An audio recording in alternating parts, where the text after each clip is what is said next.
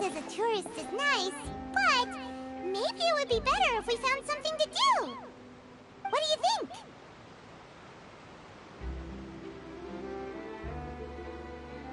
Good idea! Nahida gave us loads of useful information. Seeking out the Seven is probably still our best source for information at this point.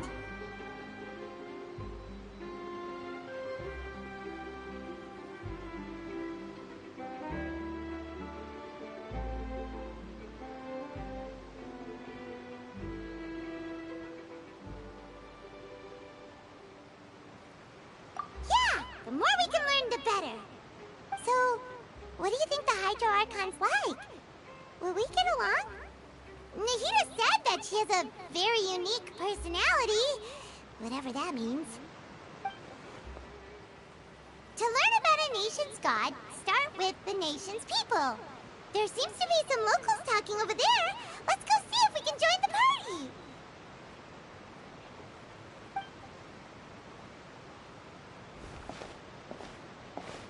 If you ask me. Yeah, I didn't expect that kind of ending for him. I thought he would at least fight on a little longer for his family. I was expecting a sudden plot. Excuse me. Can I help you too? Hi. Play? Really? Well, good tales are often based on true stories, aren't they? Whether something is true or not simply isn't that important. The main thing is whether the story being... Oh, but it looks like you're not from around here. But, And as for your worries about whether the cases are treated with due reverence, we have the absolutely just and honorable, as well as the Oratrice Mécanique d'Analyse Cardinal, a machine created by the Archon. Between the machine and the chief... Oratrice? Is it some kind of machine, too? Oh, Paimon's curious. We should check it out if we get the chance. Wait, Paimon almost forgot to ask you our question. Oh, that's easy. Just go to the Opera House. Huh. I think what they mean is that they wish to speak with the Archon personally. In that case, I'm afraid it's going to be a tad more difficult. You'll have to make an appointment well in advance, and it'll depend on whether or not she has any time slots available.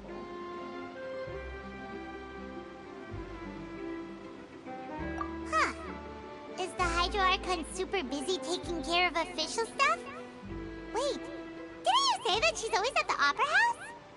No. Lady Farina seldom takes an interest with the nation's affairs. The reason it's difficult to make an appointment is simply because she's incredibly popular. That's right.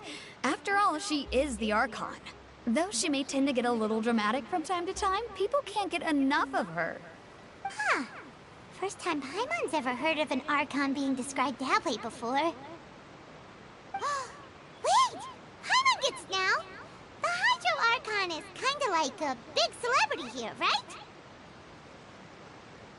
Yeah, I suppose you could say that. Perhaps you could even say our mascot. Hang on. This is still Fontaine's Archon you're talking about. You should show some more respect. Yes, you're right. I guess I should at least try to be a little more respectful in front of visitors. Otherwise, I might get arrested and find myself face to face with Monsieur Neuvillette. Come on. Sure, there's a lot of laws here, but nobody's going to be arrested for saying something disrespectful about the Hydro Archon. Alright, I think we get it. Thank you! At least we now know that we can find the Hydro Archon at the Opera House. But who knows how long making an appointment will take? Guess we could have a look around the city in the meantime. Hey! What are you looking over there for?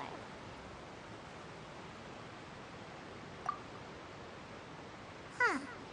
Maybe something's the matter. She isn't going to jump into the water, is she? Maybe we better go check on her.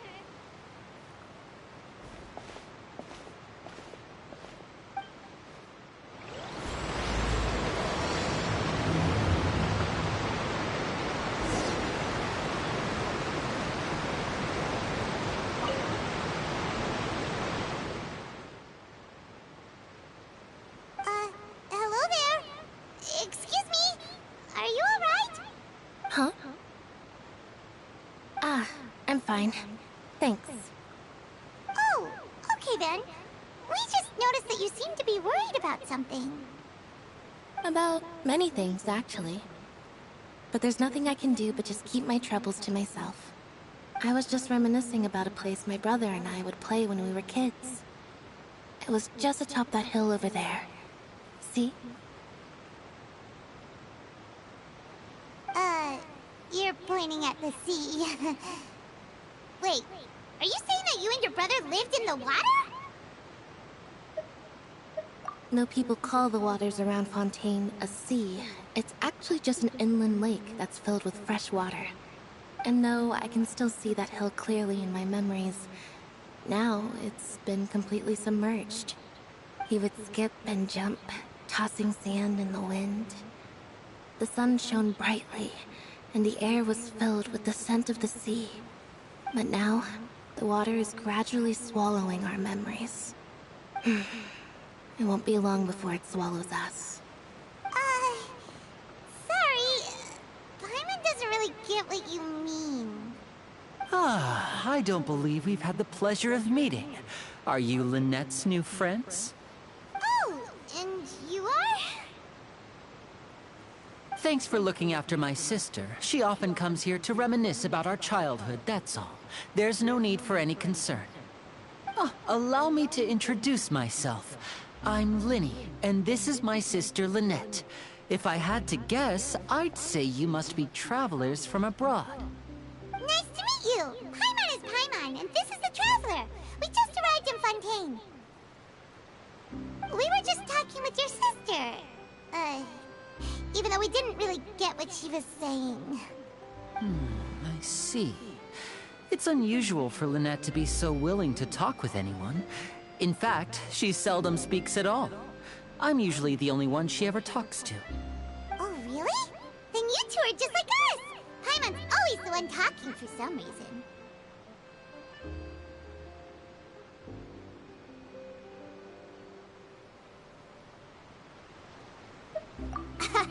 So that's how you think it is? I also think my brother can be too talkative at times. Seems you were right, Paimon. We are quite similar.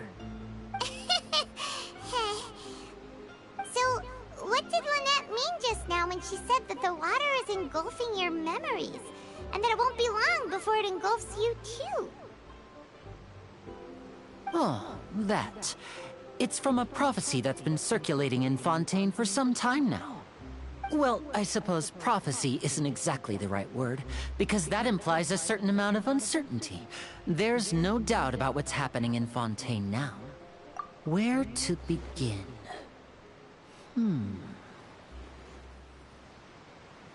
Let's put that question on hold for a moment. We still haven't formally greeted each other yet, have we? Did all the introductions earlier not count? Hello, traveler.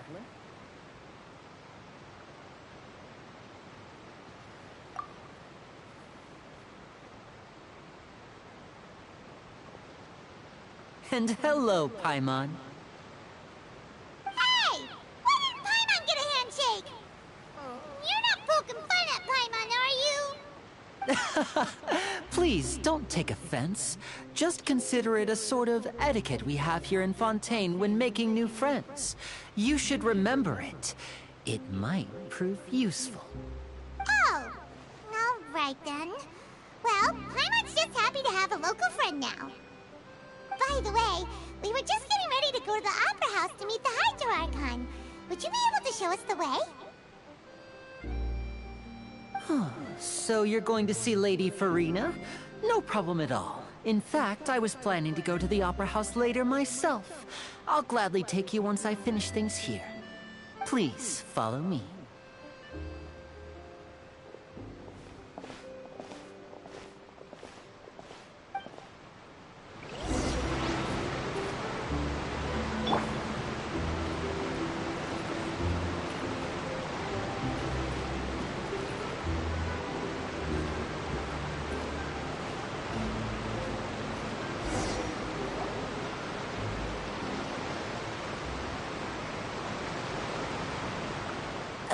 You said you were going to see Lady Farina?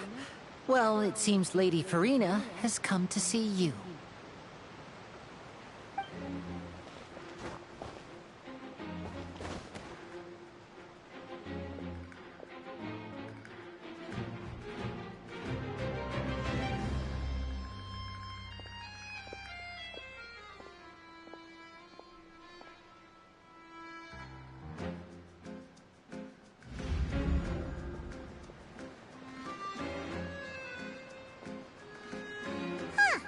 So, she's the Hydro Archon?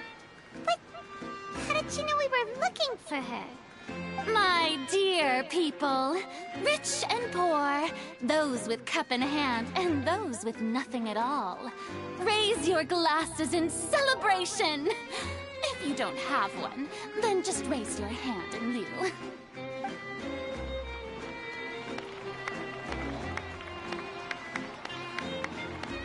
As you can all see, two unfamiliar travelers have arrived in our nation.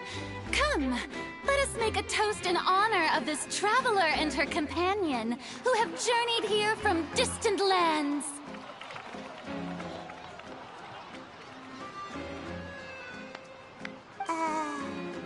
Is she talking about us?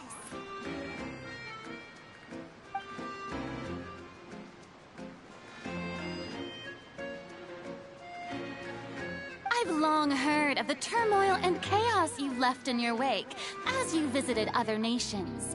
But I welcome you nevertheless. No, I have come to receive you personally. Fear is for insignificant cowards. I am a god, and I will never entertain the notion of such meaningless wariness. You can be rest assured. I see clearly your sincerity. Of course, seeking an audience with me is the most sensible thing to do. It will allow you to truly behold my power and witness my authority. Intelligent people always gather under the correct banner. I, Focalor, hereby welcome you to the nation of Hydro and acknowledge the value and significance of your trip. Now, you may rejoice in this. Yeah, Paimon still can't believe it. Feels like we've only been here for a few minutes. But the Hydro Archon's entrance was, how should Paimon describe it? A little over the top? Ahem. Miss Hydro Archon? How did you know we were coming? I see. As Outlanders, you inevitably lack even some of the most basic understanding. Don't forget that even the gods can be divided into the mediocre and the excellent. I suppose it's only natural for you to be awestruck by my abilities. You had best stop and consider. Do you really have the noble qualities and etiquette necessary to communicate with a god? All it takes is a flick of my finger for me to know everything about you. Whoa, talk about sounding high and mighty. Oh? What's with these looks? Perhaps the welcoming ceremony still isn't enough? What else should I say then? Is she waiting for us to start talking? Wow, I didn't expect to see Lady Farina here. What a surprise! Wait, does this mean they're the legendary blonde traveler? How did I not notice before? Hey, what's all the commotion? Oh, is that Lady Farina? Is there some kind of drama going on? Of course. That's the blonde traveler. The one all those stories are about. Lady Farina came here to personally see her. Oh, I bet this is going to be the duel of the century. Ooh, I've got to see this. I knew Lady Farina would never disappoint.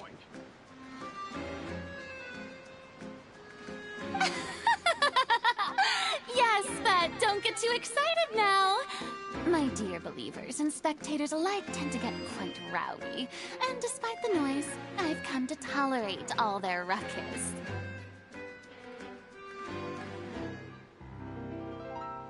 You may consider this my reward to all of you. I have determined that there will be an epic duel between myself and this traveler from another land, just as you were hoping to see. Now she wants to fight? Aren't we getting a little ahead of ourselves?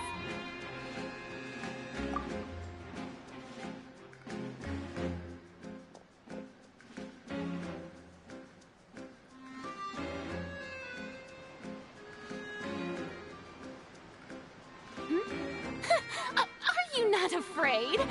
Might I remind you that this is a duel against the divine?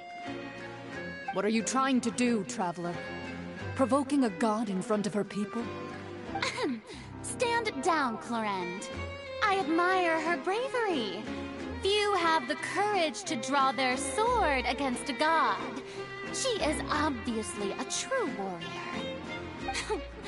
Unfortunately, people nowadays only crave to be thrilled, and a mere duel will not slake their thirst for excitement. Oh, yeah, she's right. Just a duel wouldn't be all that interesting. On Araneus, criminals are always requesting duels to defend their honor. You're getting a bit old, to tell the truth. You see. Then, as the god of justice, I shall face this traveler in another kind of duel. A duel in court! All right! Now that'll be worth seeing! Right. This is Fontaine, after all. It's such a grand opera house, it would be a pity not to use it. Why do you care so much about the crowd's reactions? Seems you've spent a little too much time in the opera house. Besides, how exactly do you plan to have a duel in court? You mean you're going to put us on trial? Oh, we have reason to put you on trial. It's obvious, isn't it? According to Fontaine law, no one is permitted to release any flying objects within Fontaine city limits during the first 3 days of each month. You are clearly guilty of violating this law, no? Oh, so that's what they've done wrong. That's our Lady Farina. No one knows the laws of Fontaine like she does. You call that obvious? What kind of law is that? Wait, flying object? You mean Paimon? Precisely! Now, if you two have no objections, then in the name of the Hydro Archon, I order your arrest. My apologies, Lady Farina. I don't mean to spoil the fun. But if you would allow me to interject, I don't think that Paimon here meets the definition of a flying object. You tell her, Linny! Finally someone who's not crazy. How can anyone call Paimon a flying object? Ah, great magician Linny, my beloved citizen. I'll permit you to object. But how exactly do you plan to prove your claim? As a magician who just rained on your parade, I naturally should shoulder the responsibility of saving the show. So, with such an audience gathered here, allow me to perform a trick for everyone.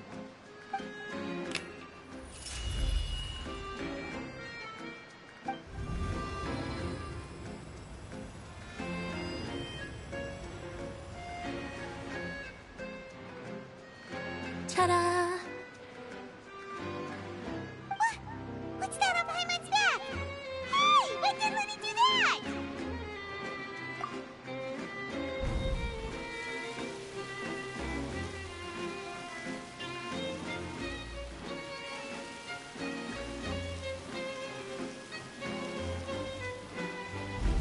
There. As you can all clearly see, Paimon should be classified as, well, something like a balloon. This rope has been in the Traveler's hand all along. It was just that no one could see it before. Huh? You call that magic? You've got to be joking. I thought it was pretty good. Nice one. Huh. I'm not sure what to think. It seems Lady Farina's charges no longer hold water.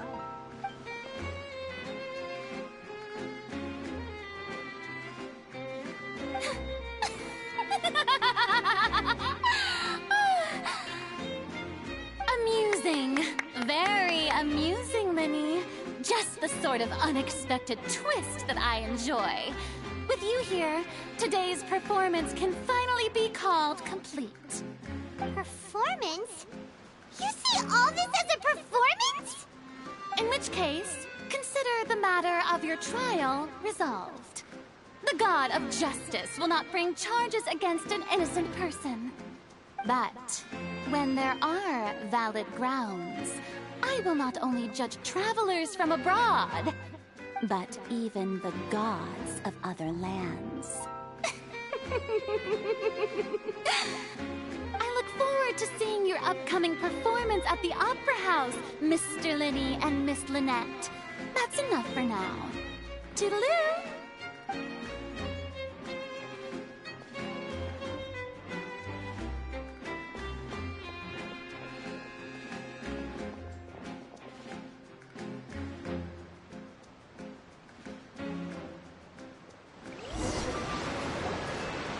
Just like that, she's gone. Well, that's the most unpredictable Archon Paimon's ever seen. He never even had a chance to ask her anything. But that's a problem for future Paimon. That whole scene just now was really... Don't mention it. I just happened to remember that there was such a law, so I did a little preparation, just in case. I didn't think it would actually come in handy. So, now do you see what kind of god Lady Farina is? She can be a bit confusing at times, but she is still amenable to reason. Anyway, Paimon had no idea you were a magician, Linny. It sounded like you'll be performing at the Opera House, right? I just know a few simple tricks I use to make a living. Lynette is my assistant. It will actually be my first time performing on the most prestigious stage in Fontaine, the Opera House. But isn't the Opera House where criminal trials are held in Fontaine? When there are no public trials being held, the Opera House hosts a variety of other performances. To the people of Fontaine, the line between a trial and a performance can be a little blurred. And speaking of performances, I would be remiss to forego this opportunity gifted by fate. Might I invite the two of you to see my performance? My brother's always excited to make new friends. Oh, sure. We don't really have anything to do now, and we wanted to go to the Opera House anyway. Splendid. In that case, why don't we go together? I'll show you the way. I just have something to take care of first. Oh, you really mean it? Then I'll take you up on your offer. This is a magical item known as a magic pocket. Perhaps you can help me distribute them to the people here. Huh? What are they going to use it for? About that... You asked me before about the prophecy, right? Let me start by telling you a little more about what it entails. I'm not sure exactly when it began, but a prophecy has been circulating around Fontaine. It says that every person in Fontaine is born with sin. No matter how the nation of justice holds trial after trial, this sin cannot be absolved. Until one day, the water levels in Fontaine will rise, and the sinful people will slowly be drowned. In the end, the people will all be dissolved into the waters, and only the Hydro Archon will remain, weeping on her throne. Only then will the sins of the people of Fontaine be washed away. That sounds pretty gloomy. Why are people in Fontaine born with sin? What is that supposed to mean? There are lots of guesses. Some say that the ancestors of Fontaine stole the power of the seas and stirred its wrath. Others say that the people of Fontaine never heeded the first Hydro Archon's warnings and offended Celestia. But here in Fontaine, evidence is what matters. There hasn't been concrete evidence for any of these claims, so they can only be regarded as conjecture. If even the people in Fontaine don't know what sin they committed, wouldn't it be better just to ignore the prophecy completely? Why bother feeling guilty all the time? That's exactly what the people did at first. But in the last few years, the water levels in Fontaine have actually started rising. Many places have already been completely submerged, and now lie beneath the sea. Many people carry on with their lives as before and shrug it off as a natural phenomenon. But my family and I think that the people of Fontaine shouldn't ignore the possibility, which would end up sentencing them to death. We hope that at least the people who reside near the waterfront can move away before it's too late. So, we've started distributing magic pockets to them. As a magical item, these magic pockets have astonishing capacity. I'm sure they will come in handy when people are moving their belongings. Oh, Paimon gets it! It's like preparing for a rainy day! But this is more than a bit of rain. Perhaps only absolute power could ever contend with such a catastrophe. But who knows? We're just tiny specks in the grand scheme of things. Now, if you'd like to help, then please give these magic pockets to anyone nearby. Be sure to convince them to take it, regardless of what they say.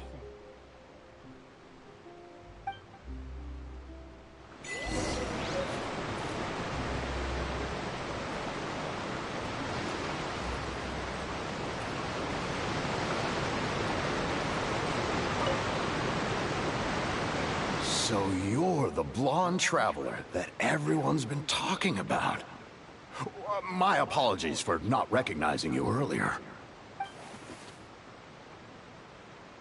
Oh, a magic pocket?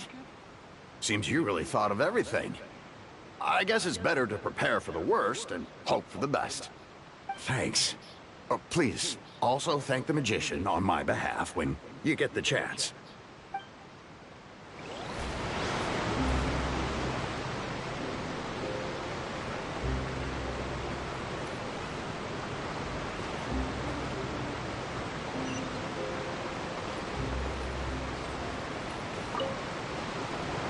What's this? So you also believe in the prophecy. Keep it. I won't have any use for it. What? You mean you don't believe in the prophecy? No, I believe in the prophecy. But I also believe in another story. The story says that people once lived in the ocean. They were one with the ocean and couldn't live apart from it. But as time wore on, people desired to live on land and developed blood vessels, encapsulating the sea within their bodies. Thus could people set foot on land. So, if you ask me, when the water rises and takes us all, it'll be like we're going home. Oh, we hadn't heard that one before. But people can't live underwater. They'll die. You should probably still take it. All right, I'll take it. I guess I just feel that being dissolved into the water doesn't necessarily mean death.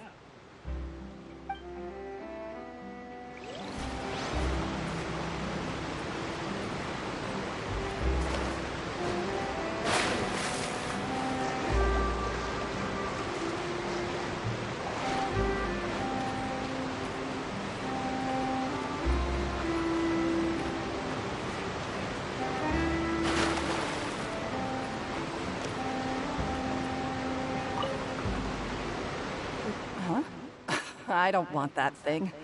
Way I see it, if the prophecy's true, it's still gonna be a long time before the water can cover everything. Life is all about living in the moment. What use is there in worrying about the future all the time? We'll cross that bridge when we get to it. You should still take it. You never know when it'll come in handy. Oh, all right, fine. Thanks. It's just that if I start moving, that means I've already given up on the life I have now. I'd really rather not.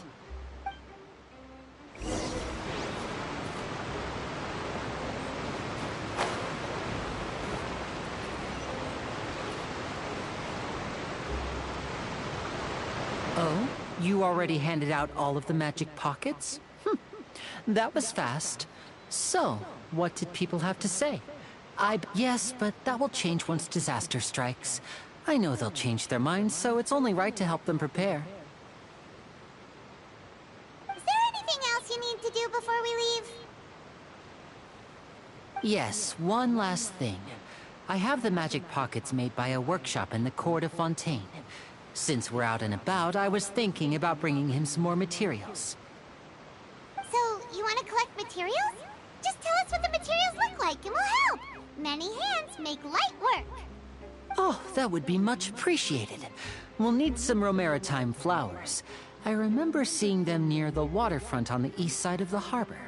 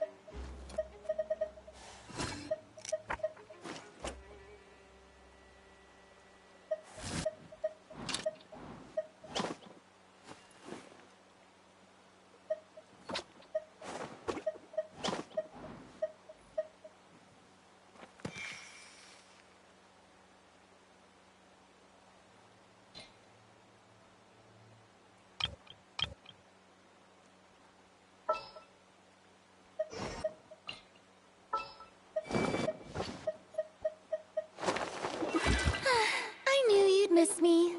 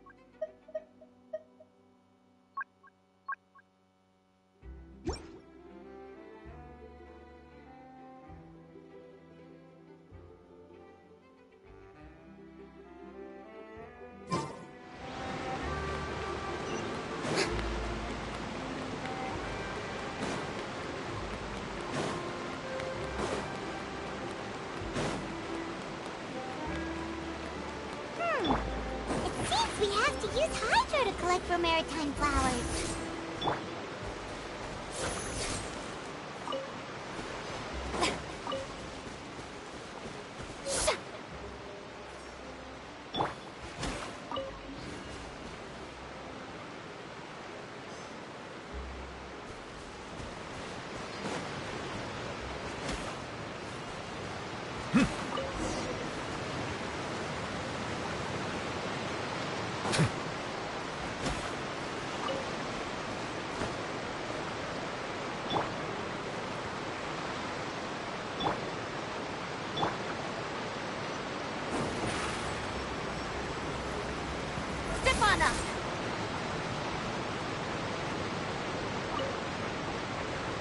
You made quick work of that. I can tell you're an experienced traveler. I've also finished collecting a few here.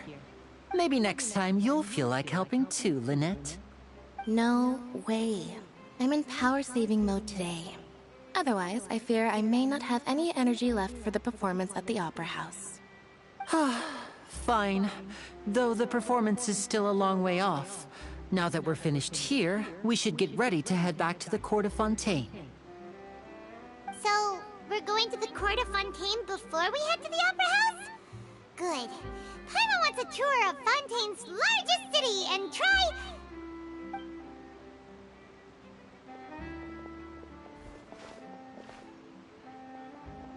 Wait, shh.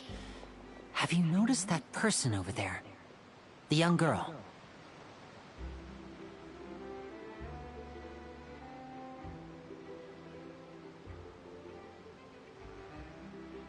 Huh? What's wrong with her? Paimon didn't notice anything. She's obviously a thief. Magicians and thieves practice similar methods. We divert attention, and a distracted audience is one that won't discover what you're really doing. Watch her movements carefully.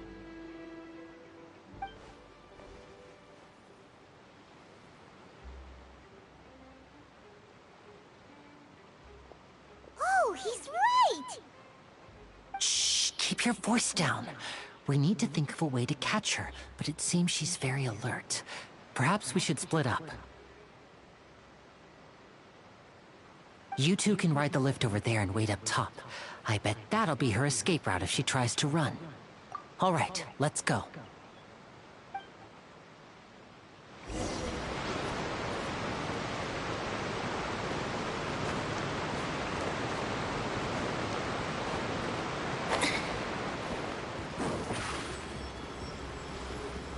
Surprise!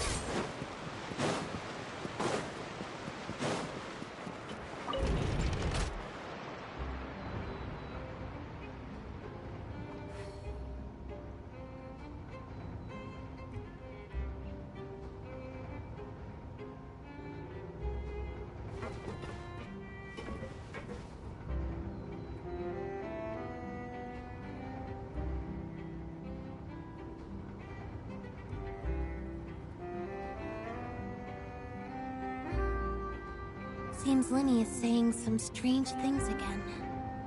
It's really worrying.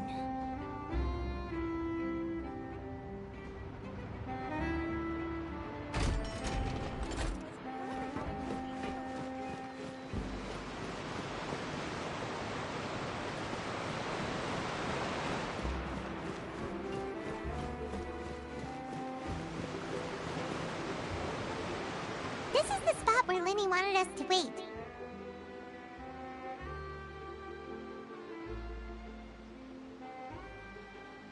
Oh, look! Isn't that her?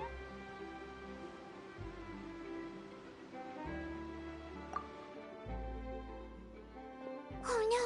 Did she notice us? She started running the other direction! What should we do? Should we chase her?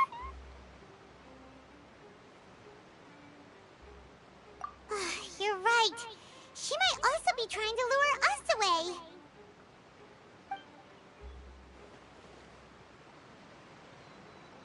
Nothing's happened for a while now. Paimon wonders if Linny caught the thief. Yeah, let's go.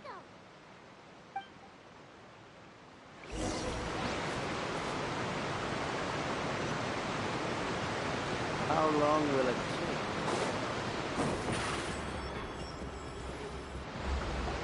Are you sure that's all she took? You should check to make sure you're not missing anything else. No, that was all.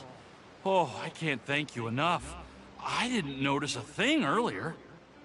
Anyway, I should be going now. Thanks again. Oh, were you returning what the thief had stolen? That's right. Pity I wasn't able to catch her. She distracted me by dropping the thing she stole on the ground. By the time I looked back, she was already gone. I saw the general direction she went, but Linny twisted his ankle, and I needed to make sure he was okay. Did you get hurt, Lenny? I'll be all right. It's just a twisted ankle, that's all. In fact, it's feeling better already. If you want to play at being a hero, at least try not to get hurt doing it. Imagine what would happen if you managed to derail our performance as a result.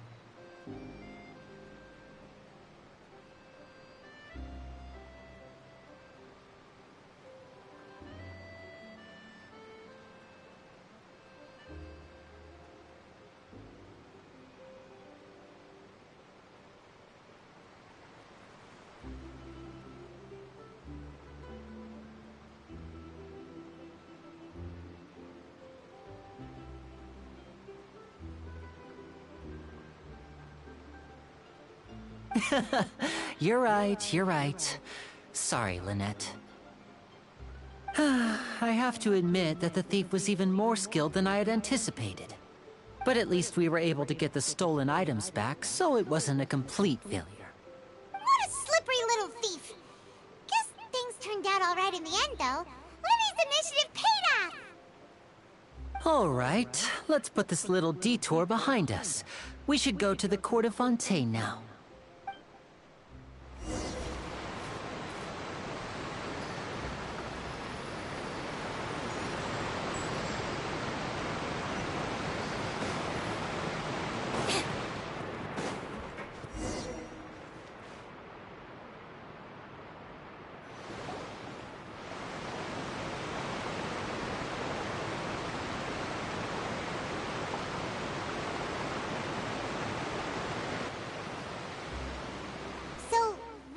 This thing to go into the city? What an ingenious way to get around! People in Fontaine really know how to use water! This is an aquabus. It allows people to travel between several key locations around Fontaine. It's pretty convenient, but the ride can become a little dull after a while. The scenery is always the same. That's why it's better to travel with friends. So you mean it's still boring even when I'm riding with you? No, that's not what I meant. It's just that, well, you don't really talk that much. Besides, it doesn't really feel like a real trip when it's just the two of us. It's the same as being at home. Whatever. Guess that's what it's like to be an older brother. It's about time for us to leave. Let's get on board.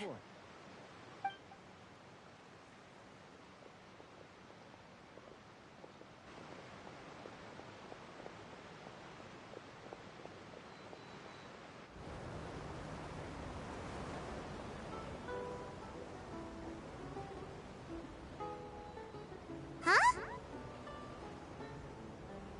What? Traveler! Paimon! Charlotte! Oh, I never guessed I'd bump into you all riding the Aquabus. In the story of my life, this is big news. What are you doing in Fontaine? I didn't hear anything about you paying us a visit. Yeah, it's quite the coincidence. But as travelers, we're always on the move. It's not surprising that nobody knew we were coming. Though we still have no idea how the Hydro Archon knew about us. Oh, let Paimon introduce you to our new friends! Oh, no need for introductions, Paimon. I would recognize the great magician Linny and his assistant Lynette anywhere. I wouldn't be much of a reporter if I didn't know who they were. It's a pleasure to meet you. I'm Charlotte, a reporter for the Steambird. Nice to meet you. From the Steambird, huh? We've often relied on your paper to promote our performances. It's an honor to meet you. Now that everyone knows each other, Fontaine suddenly doesn't feel like such an unfamiliar place. So, what have you been up to lately, Charlotte? Any big news? Not too much. When there isn't any breaking news, I mainly cover the trials at the Opera House. You can still manage to keep readers' attention as long as you tell things from a clever enough angle, even if it's the same old topics. For example, reporting on how a scammer once deceived vulnerable girls into relationships, or how a financial criminal was once so poor that they ate a single piece of bread for 5 days.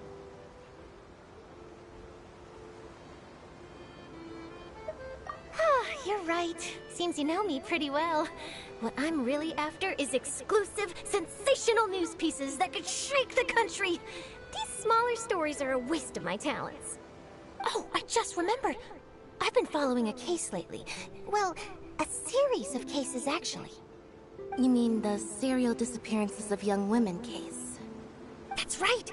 These stories are the talk of the town right now, and it's probably the most mysterious case we've ever seen. If I'm the first with a draft ready to publish when the case is finally cracked, and it's the headline story in the Steambird, oh, when that happens, I bet all the other reporters will shed tears of envy. I've already gathered all kinds of materials. I just can't wait for the truth to be revealed. So, what is the serial disappearances of young women case? You mean the culprit hasn't been found? That's right. The first missing girl case happened almost 20 years ago. And ever since, after a period of time, another girl disappears. What the cases have in common is that the girls are all of a similar age, and that they've all vanished without a trace. But the scariest part is that to this day, none of the girls have ever been found. Many suspects have been arrested over the years in connection with this case, but shortly after each arrest, another disappearance would always happen.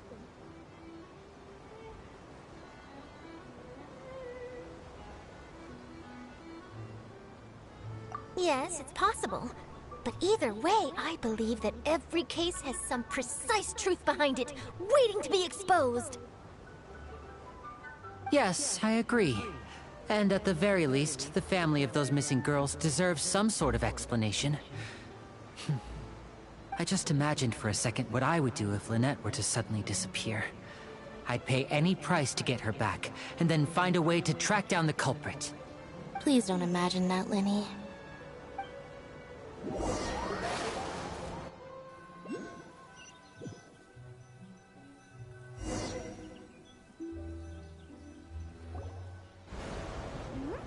Hey, we're almost there! Look!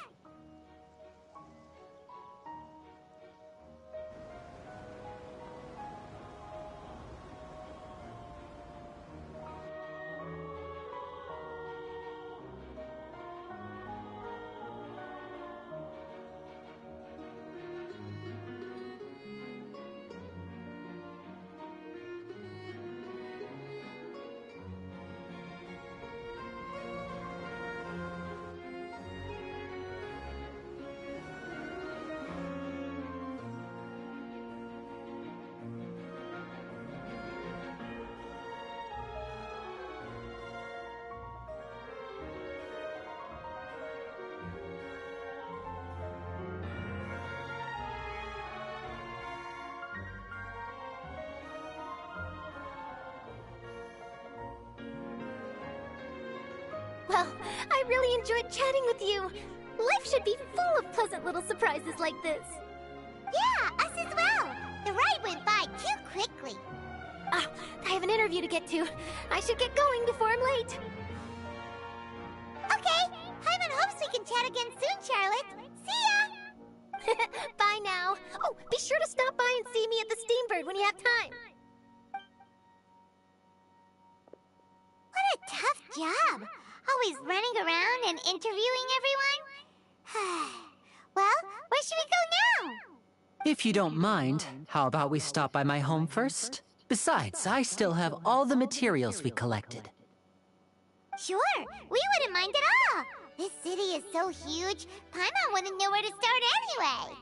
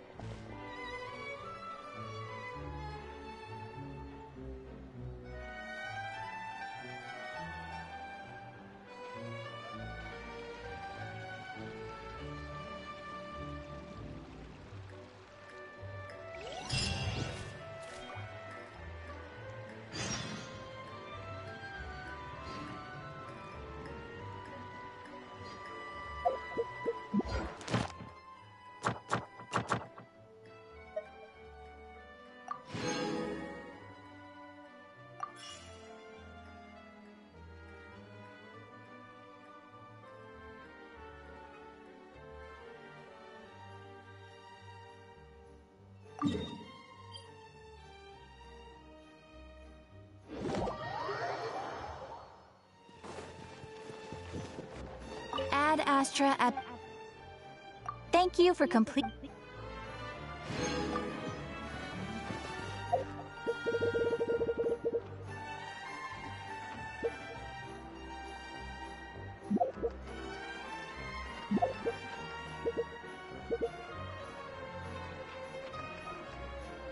There'll be an extra fee for that. Exactly. But none of them believe me. Can we play bingo next time? I'll think about it.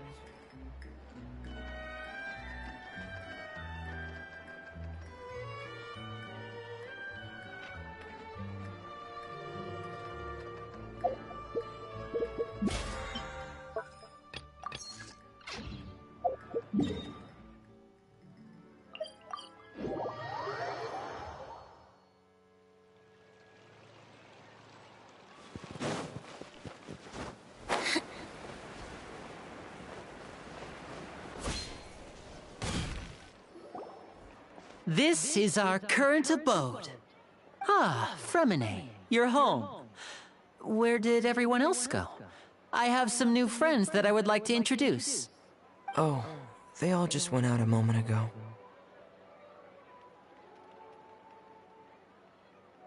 I see. Everyone is getting busier now that Father will be returning soon. I suppose that can't be helped. Allow me to introduce you to my little brother, Fremine. He is a phenomenal diver. Hello. Nice to meet you! Paimon is Paimon, and this is the Traveler! Oh, you sound very proud to have a diver as a brother, Linny.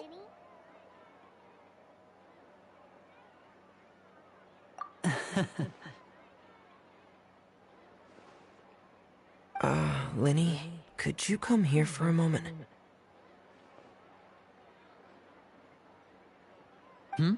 What is it, Fremine? Do you have something to tell me?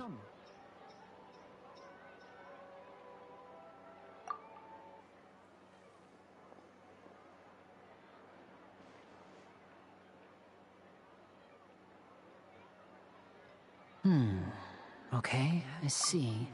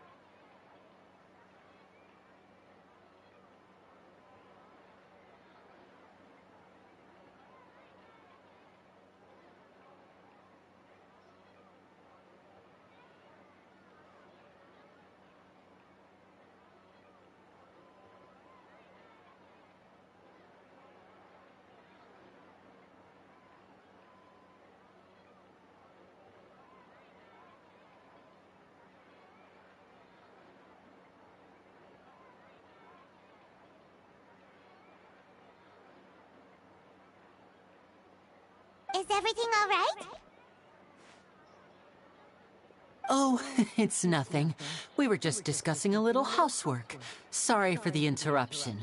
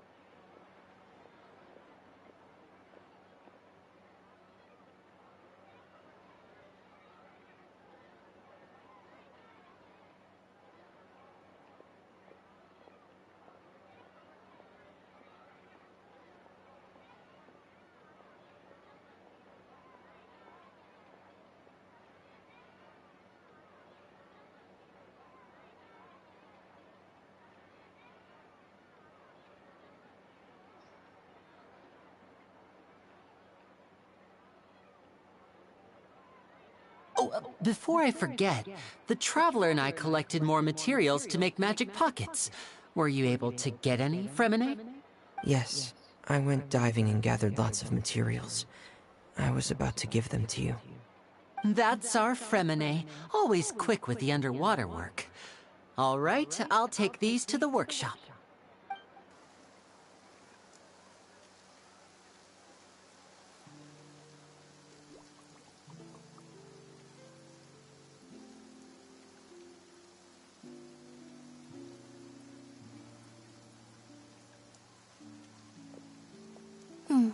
Looks like rain. Oh, you're right. But wasn't it clear and sunny just a moment ago? Fontaine's weather sure is weird. I'm afraid that's just how it is here. It often rains on days where there are trials being held in the Opera House, but don't worry, it'll clear up soon enough. What's wrong, Fremine? There's a legend about the rain that I tend to believe. It's said that a dragon of water once resided in Fontaine. Though we don't know where the dragon went, every time it weeps, the skies will cloud up and pour out rain. When I was a child, my mother told me that if I wanted to go outside and play, I should yell toward the sky at the top of my lungs. Hydro Dragon! Hydro Dragon! Don't cry!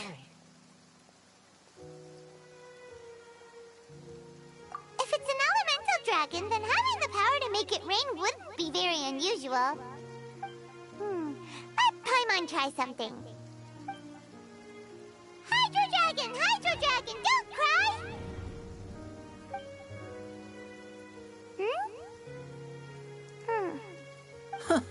Doesn't seem to be of any use. It is just a legend after all. You know, you might be a more popular magician if you understood the concept of romanticism. Or could at least play along. Sorry. It might be because we've never met the Hydro Dragon. Perhaps it can't be comforted by the words of strangers.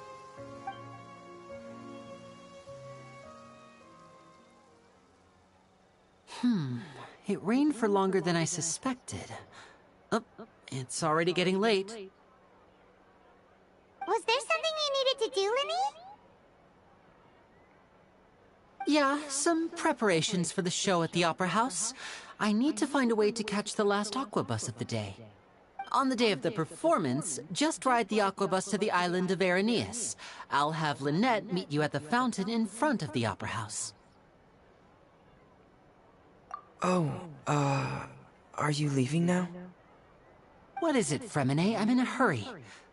Oh, I get it. You feel nervous delivering the materials for the magic pockets, is that it? Perhaps we could trouble the Traveler to help us take these materials to the Beaumont workshop and deliver them to the owner there? I'm afraid that Fremine can be quite introverted, and the boss there tends to be pretty talkative. Fremine has always been a little afraid of her. No trouble at all! Don't worry, we're on the case! Sorry for the inconvenience. I'm quite useless when it comes to such tasks. I'll think of a way to make it up to you. Oh, no need! This'll be a walk in the park for us!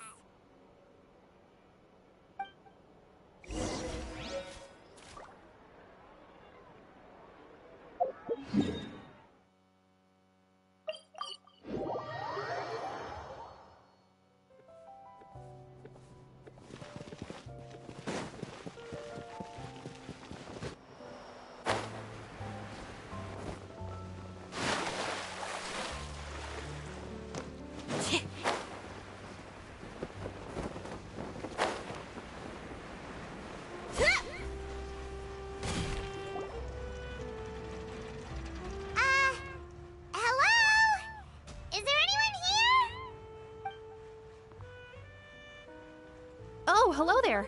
New customers? Looking to buy, or do you need something made? Or perhaps you're just looking for a chat with me. Oh no, we're just here to deliver some materials. Here they are. They're for making... what were they called again? Ah, these must be for magic pockets. I could tell right away.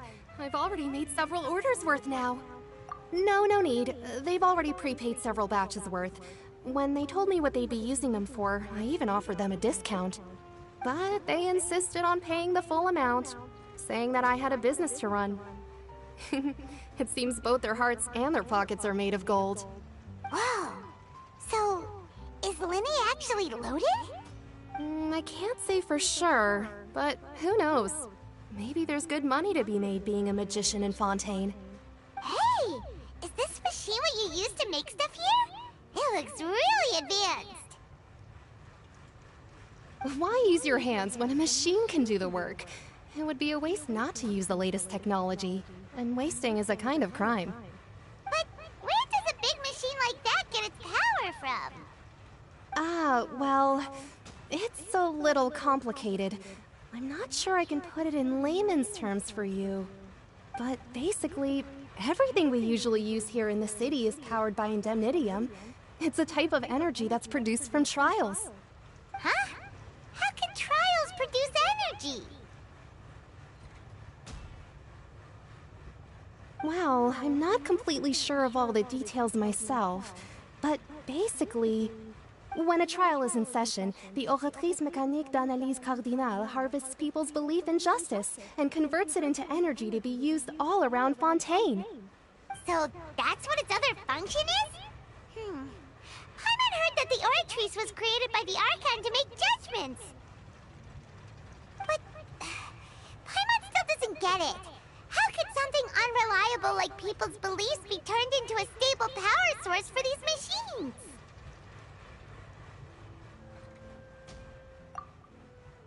Oh, yeah! So that means the Hydro Archon relies on the machine to take the energy created by belief and turn it into power for all of Fontaine, right? Even though I've never heard anyone really put it that way before, it sounds like it makes sense. Besides indemnitium, we have another type of energy called pneumosia. It isn't produced by the power of the Archon, but it is unstable by nature. Even now, it still cannot be widely used by civilians. I thought I'd find you hard at work, but here you are chatting the day away. Since you're already talking, I'm sure you wouldn't mind a few words with me. You again? Didn't I already promise you that I'd have the more I owe to Confrérie of Cabriere by next month? Why are you hounding me now? Yeah, but how do we know that you won't go running off by the end of this month? I want 50% today. Wait, no, 70%. Huh? You... Seems business isn't so great for the workshop. We've already finished our job and delivered the materials. Maybe now's a good time to leave?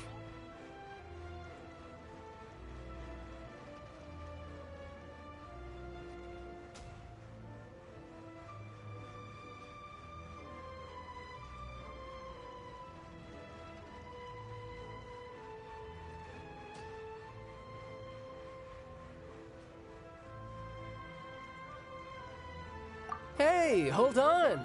Before you go around trying to collect payments, why don't you settle your own debts first? If Confrérie of Cabriere wants to poach clients from Northland Bank, that's fine. But I'm afraid you still owe the bank a hefty sum of mora. So why don't we work things out between us first, before you get back to your little conversation here? You're from Northland Bank. But we said we'll pay everything we owe next month. Why are you hounding me now? Traveler, Paimon! I didn't think I'd run into you here in Fontaine. What are the chances? We're surprised to see you too! What are you doing here in Fontaine? You didn't want to stay in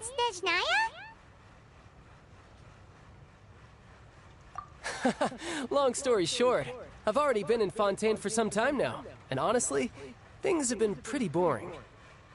But it seems that fate brought our paths together today. Not only will I have some good friends here now, but ones who always seem to find trouble.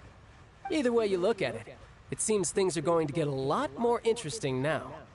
Pretty sure we'd want to avoid anything that you'd find interesting.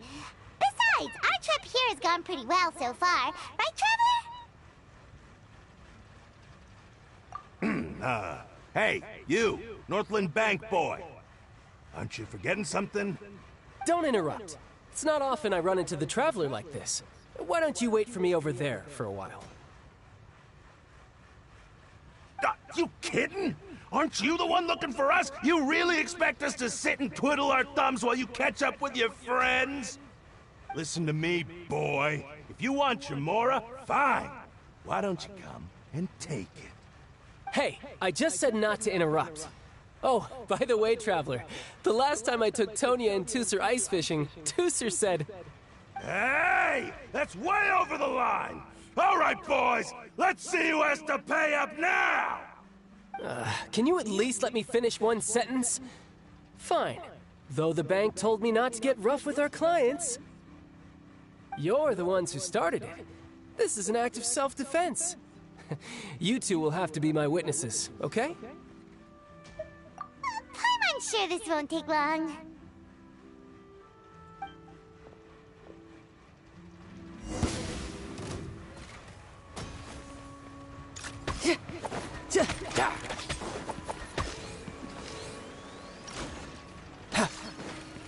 You're mine.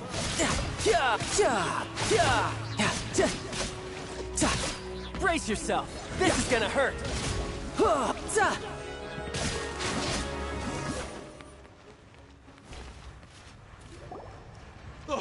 What's your deal, Brad? How are you so strong if you're just a staffer from Snezhnaya's Northland Bank? Wait, don't tell me you're... Oh, now you notice. It's a little late, don't you think? Just make sure you understand that you don't mess with Northland Bank. Got it?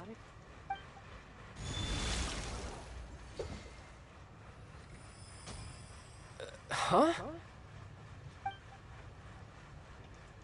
Now's my chance!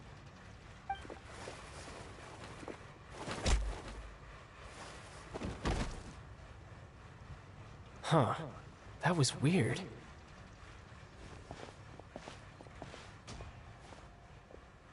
I'm not sure.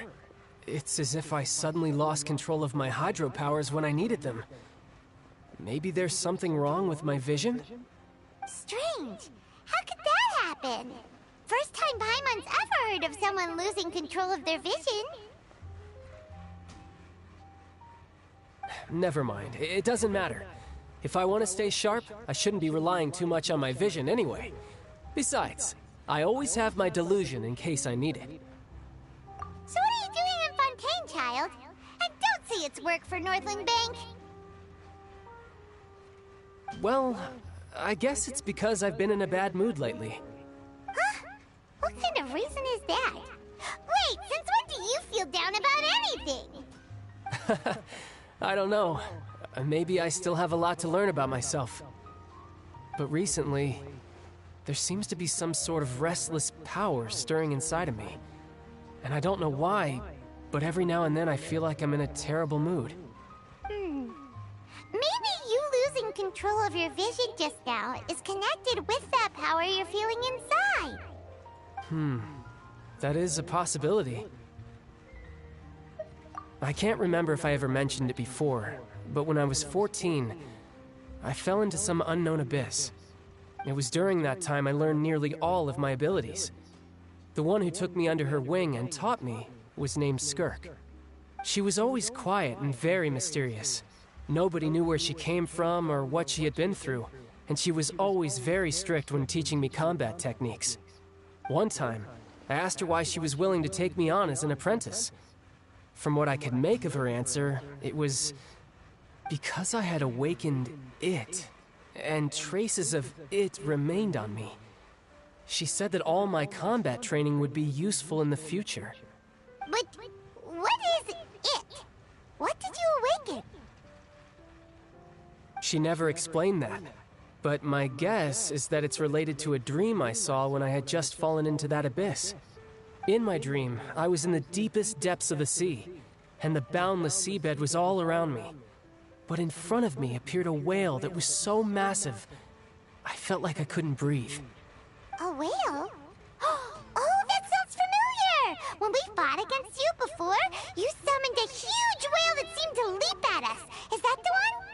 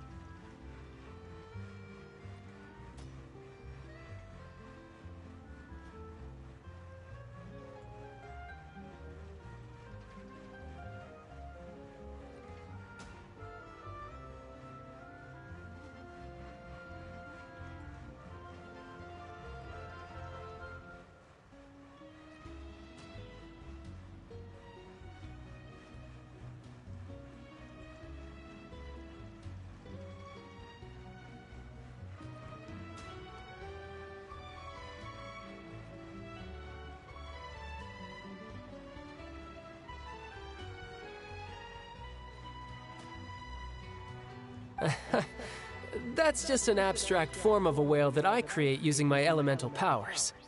It takes that shape because the scene I dreamt of the whale has always been stuck in my mind. I'll never forget it. So you used the whale as inspiration for one of your moves? Huh. Seems a little twisted to Paimon. So why don't you just go ask your master? Maybe she knows the answer. You make it sound so easy. Ever since the incident I experienced there, I've never stopped searching for Master Skirk and that unknown abyss. But it's been years now, and I've still found nothing. There isn't even a trace of the place where I remember falling into the abyss. Oh, it sounds like some kind of ghost story. Yeah, I'm out of leads at this point, but there's nothing more I can do. It seems that strange encounters in this world tend to be elusive like that. Oh, seems the time really flies when I'm talking with you. I just remembered I have somewhere else I need to be, so I should get going. What? More work for the Northland Bank? No, it's more of a personal appointment. Lately, I've been sparring with some of Fontaine's official champion duelists whenever I'm feeling bored. Official champion duelists? You mean it's their job to duel? Yep. In Fontaine, before a criminal goes to court, they're given one chance to defend their honor by requesting a duel with an official champion duelist. The champion duelists are all-powerful fighters selected from among the nation's best. And the duel itself is a no-holds-barred fight with no specified stopping point. So engaging in such a duel is regarded as a symbol of defending your honor. If a criminal manages to win the duel, they'll be acquitted. But if they lose, they'll have no choice but to stand trial. And the worst-case scenario is that you're simply killed in the duel. Though it's rumored that Fontaine has a death penalty, from what I can tell, no one has ever been officially sentenced to death. So really, the only people who opt to duel are those who have suffered a grave injustice in being accused, or those who greatly value their honor. Otherwise, why gamble with your life? So, do many people actually get out of their trials by winning the duel? Apparently, it's exceedingly rare for anyone to actually win. Fontaine probably enacted this system as a way to show that the nation respects the honor of its citizens. Besides, none of the champion duelists are to be trifled with, which is exactly why I was itching to face them as soon as I got to Fontaine. Apparently, the one I'm meeting today, Clorinde, is the strongest of the champion duelists. I had been asking her for some time before she finally agreed to face me today. Well, that's child for ya. Paimon feels like we heard that name somewhere before. Clorinde. Huh. Oh, before I forget, I want you to have this. Huh? Your vision? You're seriously just giving it away? I'm just worried that it could become uncontrollable again. I'd be pretty upset if it got in the way of my duel, so I think I'll be better off without it for now. Besides, I just need you to hold on to it for a short while. I'll come retrieve it when I have some time later. Paimon knows what you're up to. You just want an excuse to come talk to us again, don't you? Whatever gave you that idea? I'll be in touch later.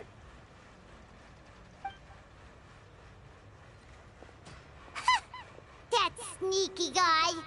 He said he's been feeling down lately, but he seemed the same as ever to Paimon. Well, since we don't have much to do for now, we might as well walk around and see the city before Lenny's performance.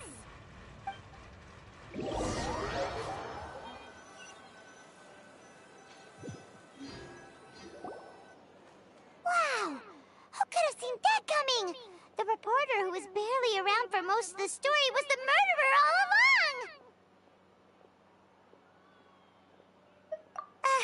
Sorry. Paimon was just surprised, that's all. Whew. Paimon never saw that twist coming. The murder mystery novels here are amazing! The whodunits here in Fontaine are a lot different than the light novels you see from Yai Publishing House. Both both have their merits, but Paimon thinks this style of novels are more, well, novel. It's so exciting to reach the moment when the mystery is uncovered, especially in the one Paimon was just reading. You should buy a copy and read it too. Oh, sorry about that. Paimon will be more careful next time. Hey, shouldn't we be heading to the Opera House to see Linny's performance soon? It's almost time for the show to start, so we should get going. Linny said that the Opera House is on Aranias, so let's go ride the Aquabus!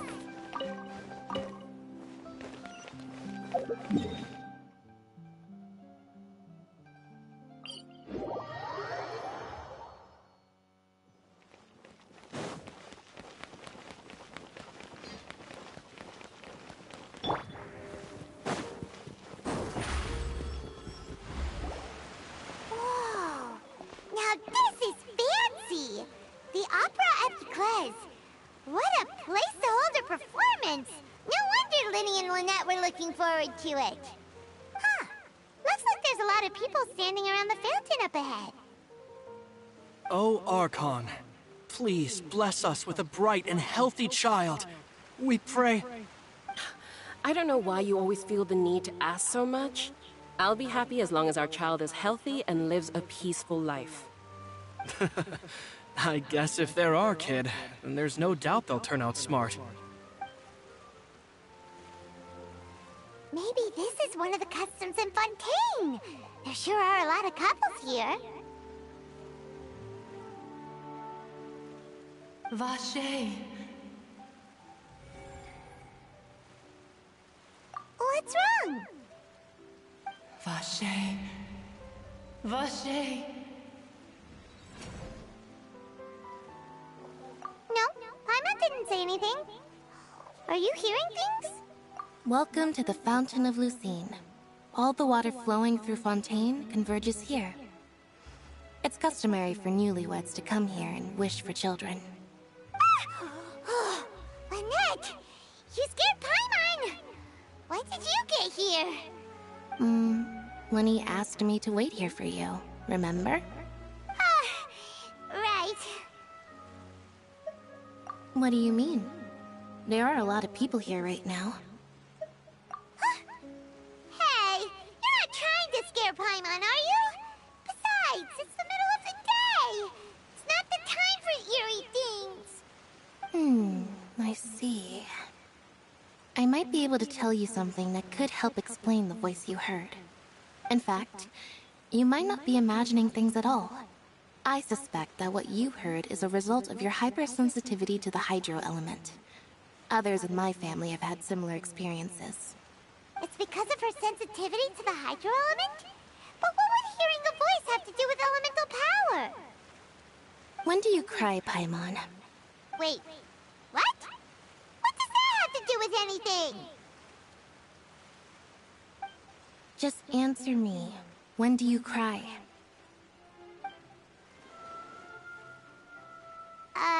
When Paimon's really sad? Oh, and when Paimon's super happy. Oh, and also when Paimon's really, really scared. Then you should understand that tears contain your most intense emotions. Like I just mentioned, the Fountain of Lucine is where all the flowing water in Fontaine converges. Even the tears that fall to the ground will eventually gather here. So maybe what you heard was the intense emotion coming from someone's tears. So, what did the voice say? If you were hearing their emotions, then Paimon wonders what happened to them. Rather than worrying about them, we should worry about my brother first. Don't let that calm look of his fool you. He tends to get pretty nervous just before a performance. So chatting with Linny might help him relax a little before he goes on stage. Oh, right. That makes sense. Let's go in and see Linny.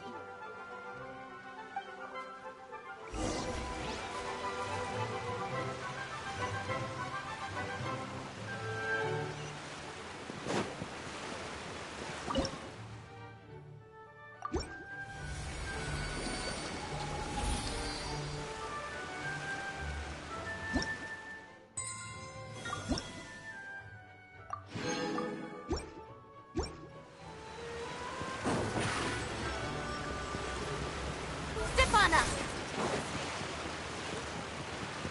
No two cases Over here!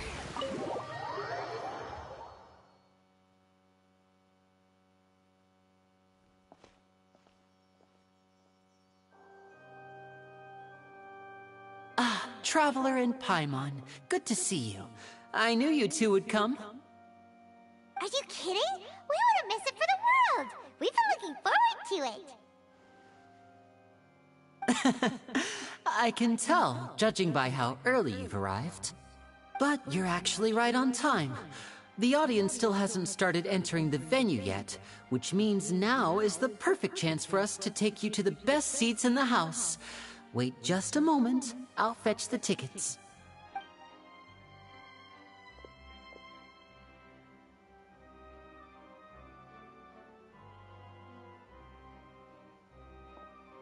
The Opera House has assigned seating, so you always have to make reservations. I've already reserved your seats, and here are your tickets. Ooh, front row seats! Thanks, Lenny! Don't mention it. There's no need to keep thanking me. Hey, Lenny! Could you come over here and take a look at this? Oh, I'll be right there. Seems there's an issue with the stage props over there. That's Cal, my assistant, calling me. I'll go lend him a hand. Yeah, we'll just go to our seats. You go ahead, Lenny.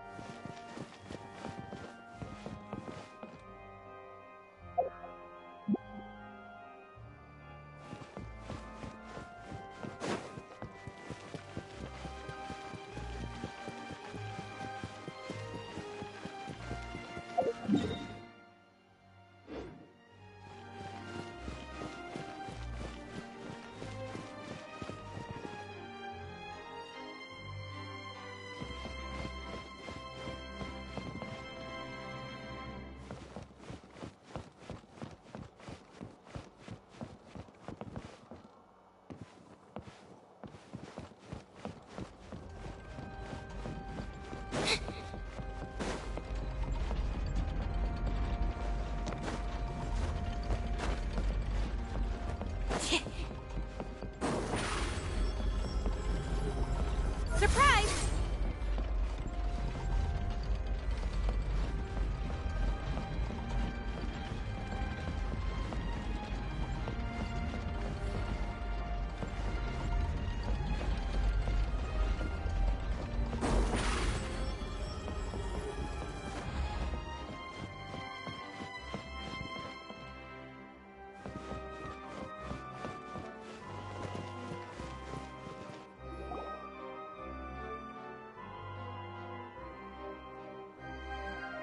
Oh, these should be our seats. Come on, let's sit down.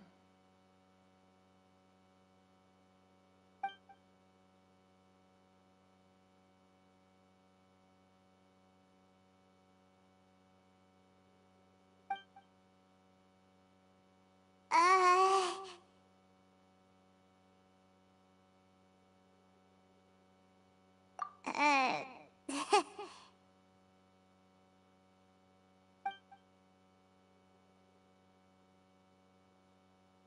Hey, Traveler. Maybe we should strike up a conversation with the person next to us. Since we're sitting together and the rest of the place is practically empty still. It's kinda awkward if we don't say anything. Oh, you little... Of course you put this on Paimon. Excuse me, I did not realize you felt awkward. I am terribly sorry. I would be perfectly happy to chat with you if that is what you would like. Oh, so you heard all of that, did ya? You sure have good ears. Paimon thought she was keeping her voice down. Wait, that's not it. Paimon's... Sorry. Paimon's the one who was being rude, talking under her breath like that. Let's talk, but, Oh, Paimon's got it. You're also here early and sitting in the front. Are you a friend of Linny's, too? A friend, you say? Well, if Mr. Linny would like to be my friend, I would be more than happy to reciprocate. Oh, so you're not friends with Linny, then? Oh, this is getting more awkward by the second. Paimon nearly forgot to make her introduction. Nice to meet you. Paimon is Paimon, and this is the Traveler. We just arrived in Fontaine. It is an honor to meet you two. I have heard of your deeds across Tevat. And as required by proper etiquette, I will also introduce myself. I am... Oh, Monsieur Nervillet. What an honor it is to have you here to see my show. Ah, Mr. Linny. I should say it is in fact an honor for me to see your performance in person. Wait, Nervillet? Could he be... I saw you all chatting just now, but it seems you still don't know who Monsieur Nervillet is. Allow me to introduce you to Fontaine's Chief Justice. That seat is always reserved for him. It wouldn't be too much to say that he's the symbol of justice and honesty here in Fontaine. Whoa! Sorry for being so rude just now. Paimon had no idea you were such an important person. No offense taken. Being Chief Justice is merely what I do for work. Nearly every person has their usual reserved seat, so I'm not so special, really. And by the way, I should probably let you know, even though I would prefer not to. There's someone sitting up there in the VIP seats that has been striking a pose for quite a while now. I believe she is trying to give you a most elegant and impressive first impression. So I think you should take notice of her sooner rather than later. Otherwise, she may become flustered.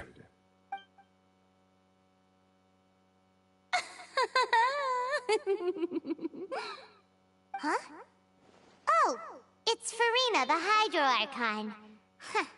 She sure has a smug and satisfied look on her face. Guess she has no idea that you saw right through her act. Very good. That is for the best. No need to pay her any more attention. We may now enjoy the show. Huh? So is this what things are like between the Chief Justice and the Hydro Archon? All right, please wait just a moment longer. I've pretty much finished my preparations, and the performance will start as soon as the audience has made their way to their seats. Yay! The show's finally about to start! Paimon can hardly wait! Paimon's never seen a real live magic show before!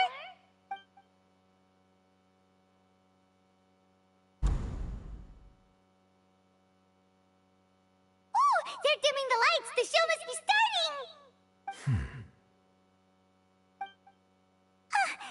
Sorry. Paimon will try to stay quiet. Welcome, one and all, to the Opera Epiclese. I am the star of today's show, Linny. And over here is my sister, Lynette, who will be working as my wonderful assistant. Please, let's give her a warm welcome. Hello, everyone. I know she may seem to be a little sleepy right now, but that's just a sign that she's nervous. Whatever.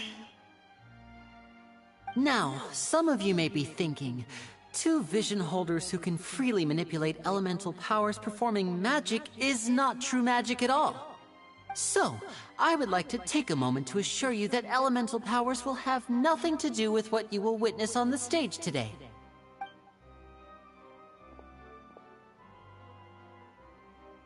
Both Lynette and myself have removed our visions for the show. That way, even the gods won't be able to help us. Oh, good point. That's what makes the show real magic. Now, without further ado, let the show begin. Lynette will now exit the stage to make some preparations. I know you might miss her, but don't worry. She'll be coming right back on stage momentarily. Perhaps in an unexpected way. I'm sure she'll be stealing the spotlight soon enough. Oh, and before I forget, there's one more thing I should say. You never know what can happen in the blink of an eye. A magician's greatest skill is making things disappear or appear. The possibilities are endless.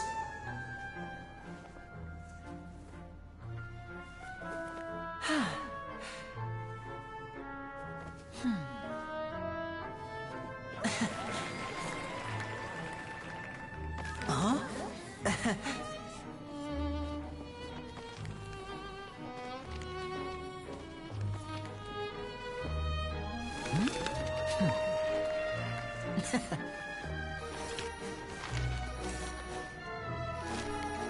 But this isn't what you came for.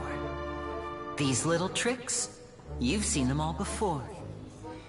So it's time for something truly extraordinary, don't you think? This one's a little tricky.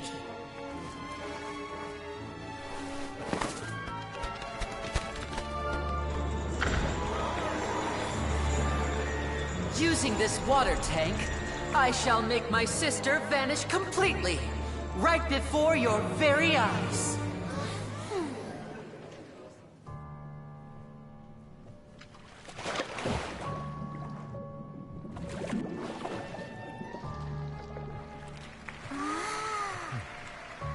It's actually quite simple. She'll just turn into air bubbles and float right out of the top.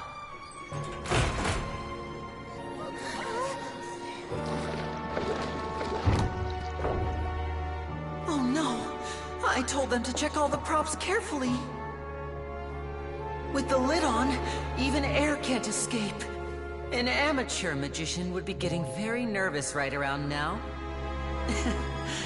Luckily, it's me on stage, so let me show you what a true virtuoso can do.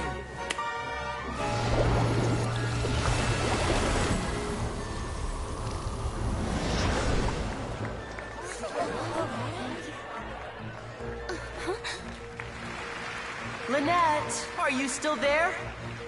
Don't go too far. We don't want to use up all our magic. Hi, I'm back. Uh-huh.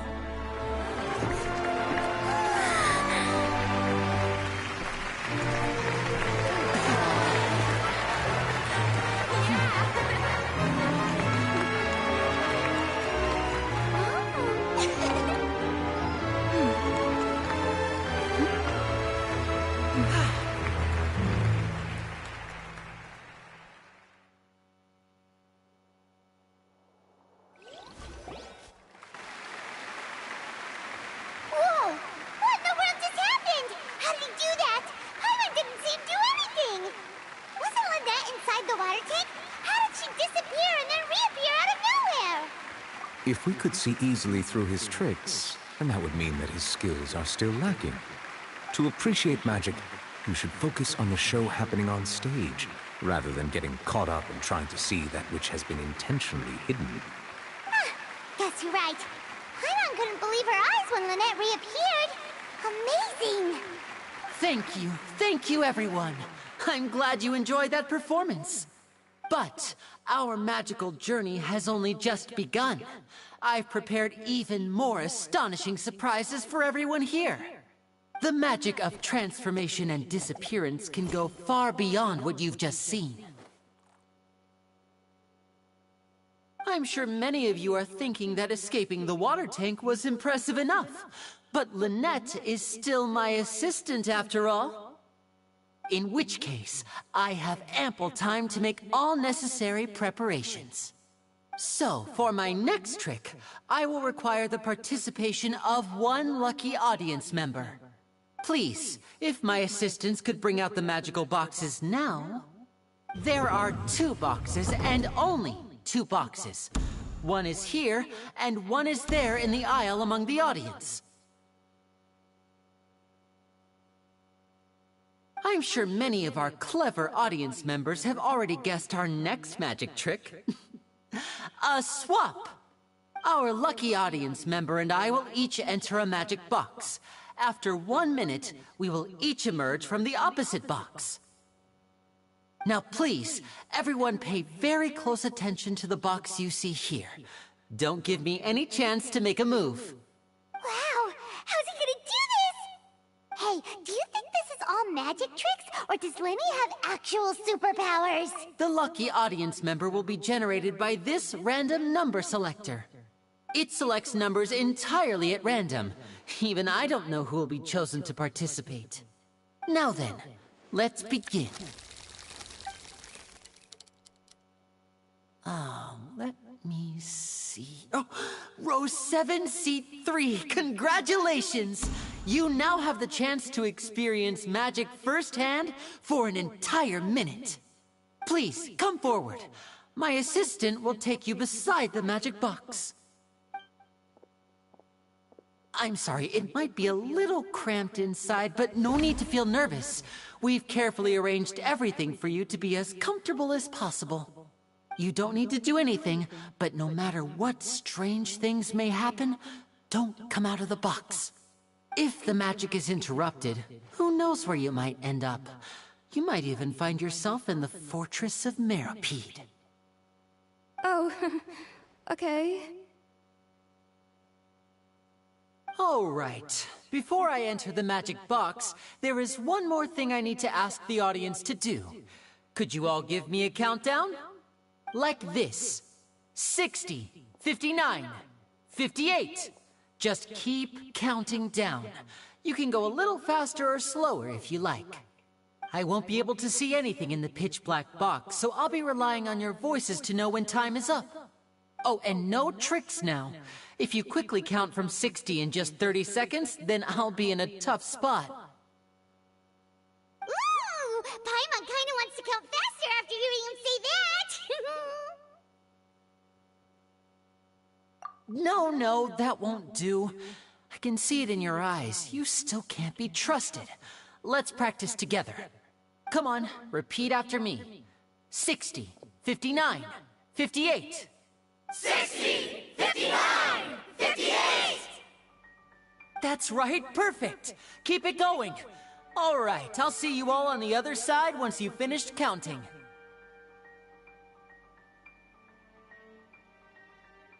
54, 53, 52? Huh? Why aren't you counting, Nervalet? I am counting in my head. I think things are exciting enough in here as it is. Merely a consequence of my identity and personality. Do not worry about me. Just enjoy the show. Oh, alright. You look so serious that Paimon thought you might be feeling uncomfortable or something. 40, 39, 38! Mr. Linney, are you all right in there? Is everything ready? Yes, I'm fine. I'm just double-checking the direction of the magic. It would be a disaster if we get sent to the wrong places. For example, mid-air right above the audience. Even though he's saying that, Lenny doesn't seem nervous at all.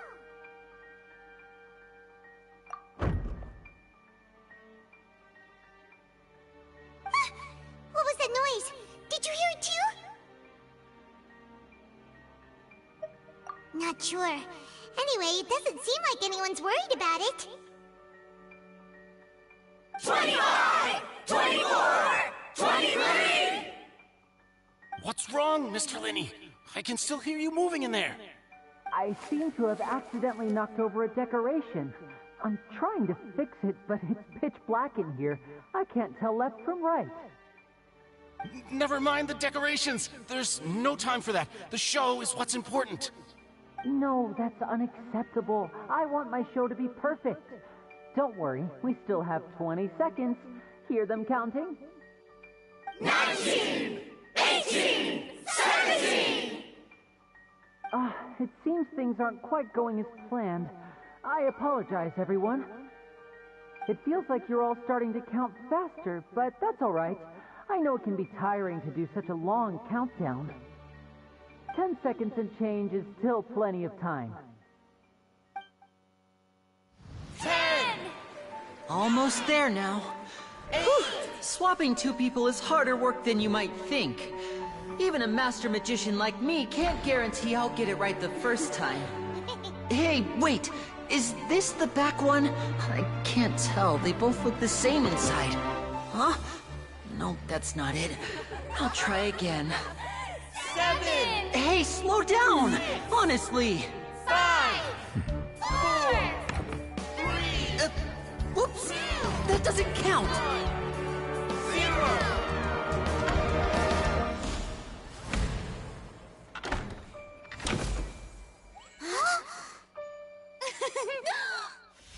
Ta-da!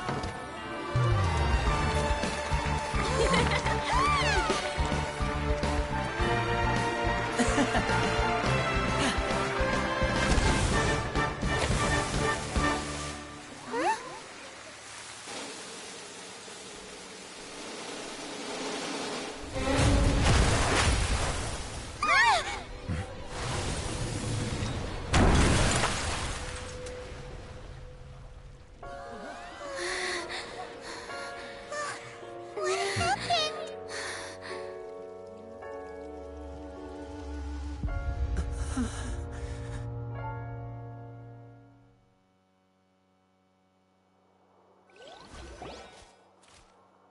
Huh? Is this part of the show?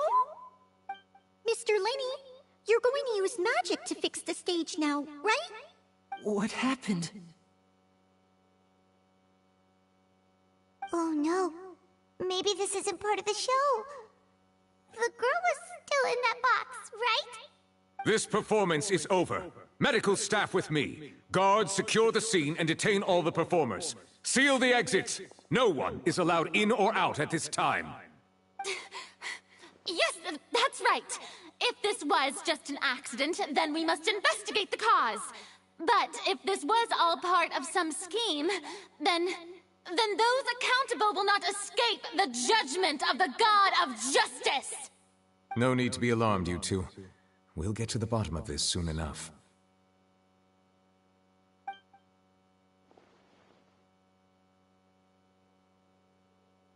Unfortunately, the person who is in the magic box has been pronounced dead. His name was Cowell, one of the assistants in Linny's magic troupe. Apparently, the fireworks on stage ignited the ropes that were suspending the water tank, which then caused the tank to fall onto the stage. As of now, we are still not sure why we found Cowell in the box, rather than the guest from the audience. And after an initial search of the area, the guards have confirmed that the girl is nowhere to be found. It appears that this incident was not merely some mishap with the performance. And there are many indications that it is connected with the case of the serial disappearances of young women. The serial disappearances case? That's the case that Charlotte mentioned before! I know the truth. I can see through the whole thing. Really, using such a shallow and obvious mystery as his finale. Did he really underestimate us that badly? I say that our powerful magician, Mr. Linny, is now the prime suspect for the serial disappearances case. Huh? Why me? This whole thing was an accident. No, this all occurred during your magic show, did it not? The missing girl disappeared after being chosen, did she not?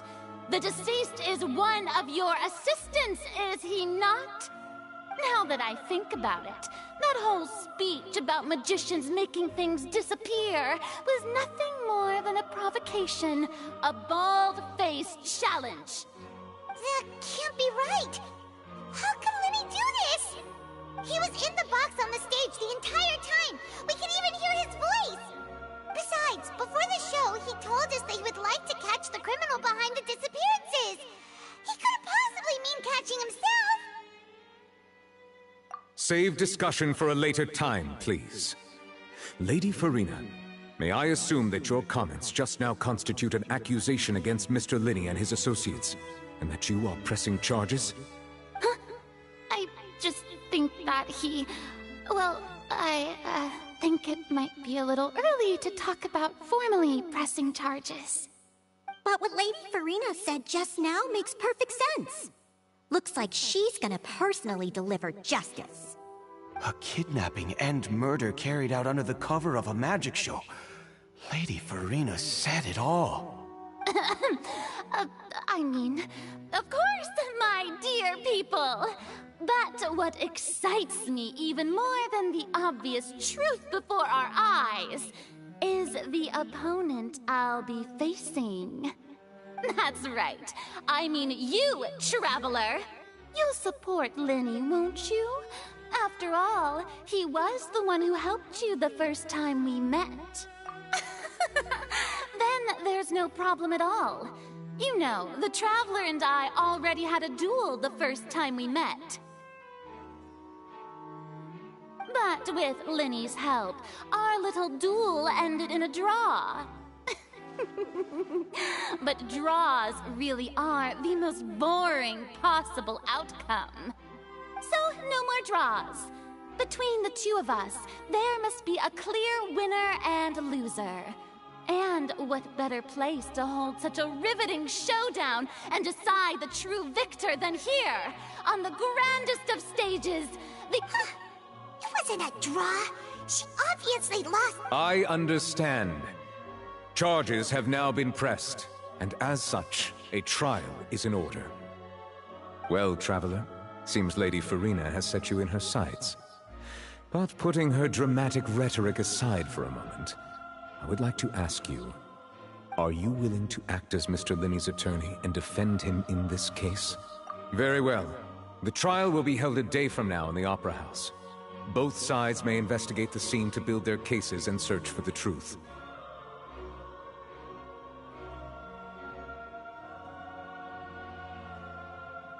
Linney and his troupe are all potential suspects and shall remain within the Opera House. The audience may begin to leave in an orderly fashion once they have been cleared by the guards. A day isn't that long. Let's see what kind of case this big-shot Outlander can build in such a short amount of time. I'm really quite looking forward to hearing it.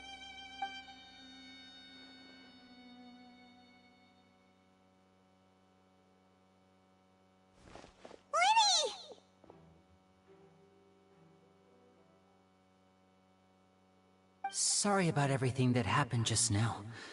Were you frightened? Of course! Who wouldn't be scared after witnessing an accident like that? Yeah, I'm a little shaken up myself. How could this happen? And poor Cal. I know you already claimed that you would defend me, but now it's just us talking. Tell me, do you think I could possibly be the murderer? Good to hear. Thank you so much for trusting me. I'm sure everyone sees me as the biggest suspect at this point. But, if you ask me, the whole thing is mysteries layered upon mysteries, such that all that's left is confusion. I don't know whether what happened there on the stage was purely an accident or not, and I don't know why poor Cal was in the box. As for how that girl chosen from the audience could suddenly disappear, I'm afraid I don't have any answers either. If someone tampered with my performance, then we need to figure out what they did. Even a skilled and knowledgeable magician like myself couldn't pull all that off in just 1 minute. Which is precisely why we need to investigate! As this book says, the impossible could not have happened. Whatever happened must have been that which is possible. Paimon bought them when we were reading at the bookshop in the city earlier. Pretty cool, huh? Don't worry, Paimon used her own savings to buy them. It wasn't from our travel funds. I think they look cute on you, Paimon. You have good taste, Lynette! That's the right attitude. Feeling depressed isn't going to help me now. I need to get back to my normal self. But with the guards watching our every move, it's going to be especially difficult for Lynette and I to prove our own innocence. Good thing you agreed to be our attorneys. Thanks for that. We'll be counting on you. Yes, thank you so much.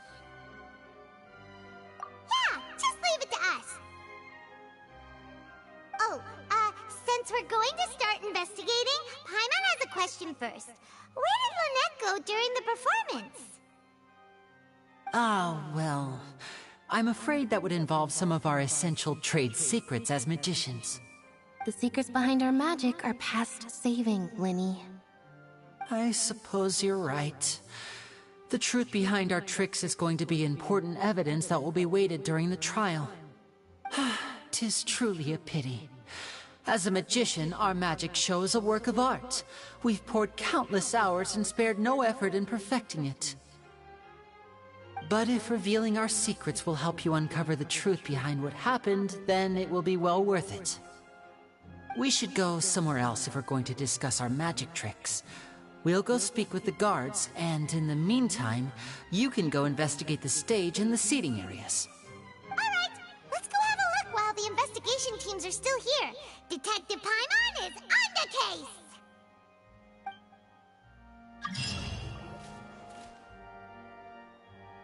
Hello, officer. How's the investigation going? Ah, I see. You must be the traveler that Lady Farina mentioned. Listen, I'll be perfectly honest with you. I'd avoid getting mixed up in this whirlpool of a mess if I were you. Huh? What do you mean?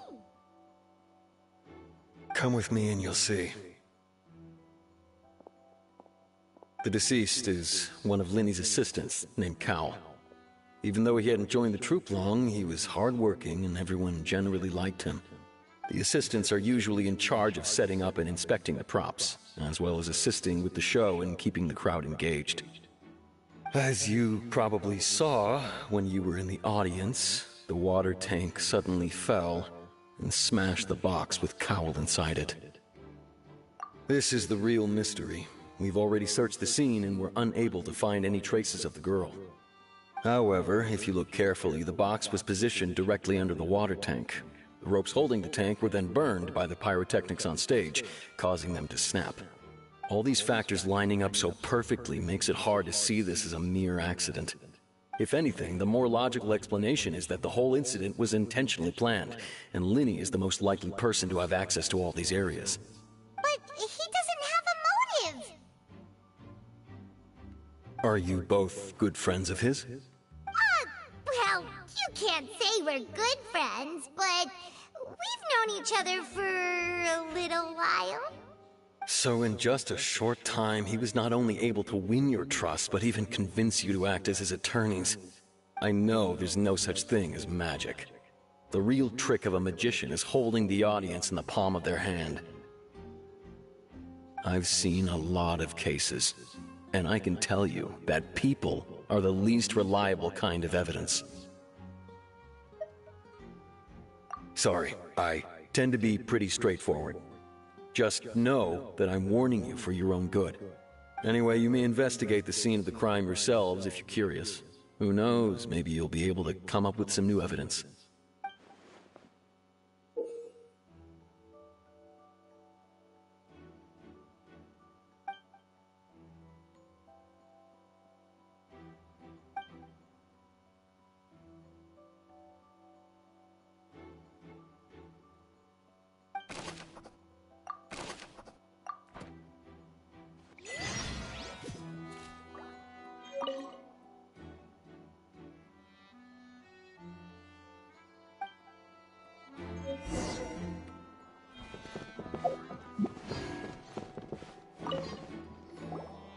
So this is the rope that broke and caused the water tank to fall. The rope looks pretty durable. How can it be burned through so quickly by fireworks? Why are you suddenly so serious, Traveler?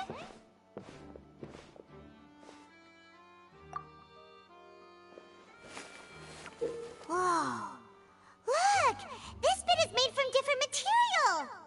Most of it was burned away, but there's still a little bit of it left. Huh. So if a rope meant to hold something was made with that kind of material in it, then that means... Wait! Paimon should write all this down! Let's take notes!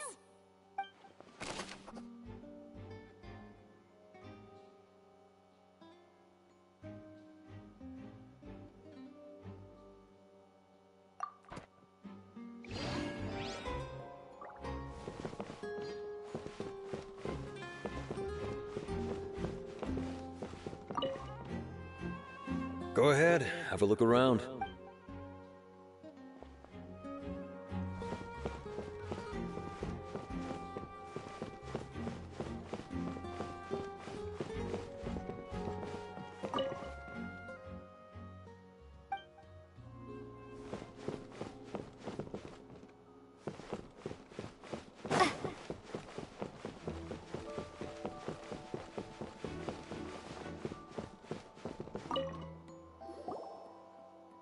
The investigation team has some new findings.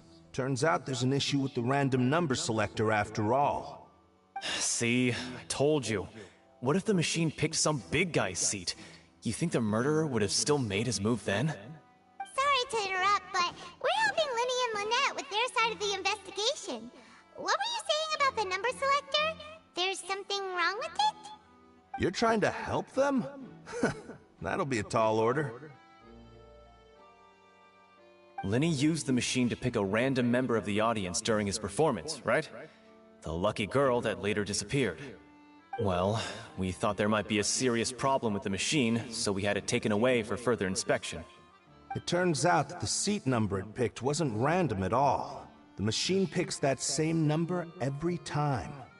I'm sure you already know that you have to make a reservation in advance to get a seat, regardless of whether it's a trial or some performance. In other words, Linny knew who would be sitting where from the very beginning. That much checks out. Linny reserved our seats for us, too. Bet you see why I was saying it'd be tough to make a case for Linny.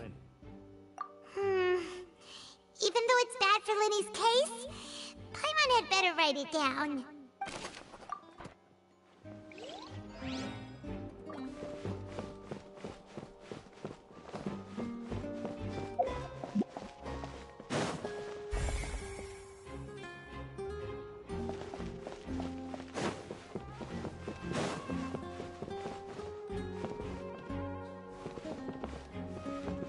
Linny's magic tricks were the stuff of legends, but the way...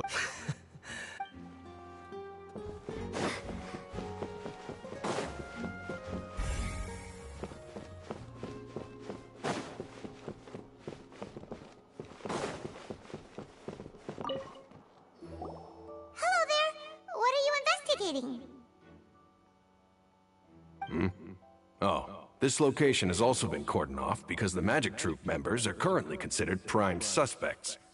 The investigation team is still collecting evidence. The seats were all booked in advance, so we were able to deduce the missing woman's identity by checking the guest list. Sure, it's not like this is confidential information. We will publish it later anyway when we petition the public to help us find the missing person. Her name is Halsey. She's a painter from Fontaine who's made a bit of a name for herself. Apparently, she wasn't a regular at the Opera House, but she'd been feeling some pressure with her work lately, which made her decide to come see the magic show. The Magic Troupe members all claim not to know her, and we have looked into her social connections. It seems that she has no personal grievances or conflicts of interest with the suspects. Simply put, she wasn't related to the Magic Troupe at all, which matches the features of the previous serial disappearances. Were the victims of previous cases also chosen at random? That's how it seems to us, in any case. Apart from the fact that they were all young women of around the same age range, there really weren't any other connections between them. Okay then. No need to be so formal. If you do happen to see the missing girl, please be sure to contact us. It is of utmost importance that we get to the bottom of these disappearances.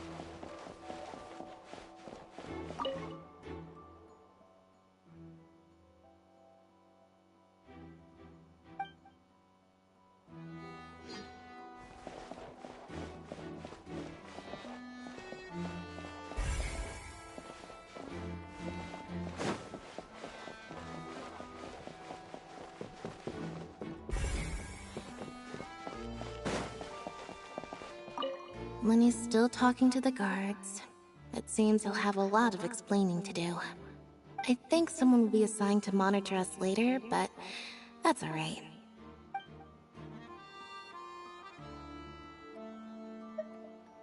Lenny's still talking to the guard. I think someone...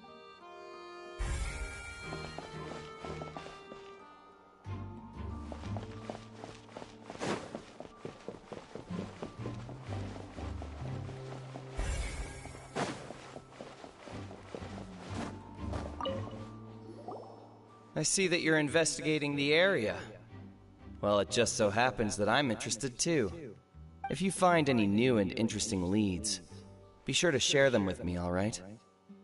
We don't have too many thoughts yet. Then why don't I tell you my hypothesis first? The way I see it. And I'll start it with that loud thud. The thud? Oh, you mean the sound that happened? Yes, exactly. It wasn't terribly loud, but I suspect that most people heard it. It's just that everyone was awaiting the results of Lenny's trick with bated breath, so no one paid it much mind. But now that the incident has happened, the thud has become an important clue. That makes sense. So, what do you make of it? I'm of the opinion that it may have been the sound of Lenny's accomplice. Lynette, perhaps. Jumping atop the water tank, or something like that. And when the pyrotechnics went off, she cut the rope, sending the water tank crashing down. But wasn't the noise we heard too loud for that? Perhaps the balance wasn't right, leading to a particularly rough landing. Oh, that's true. I suppose I must reconsider. That does remind Paimon, though. What was with that sound?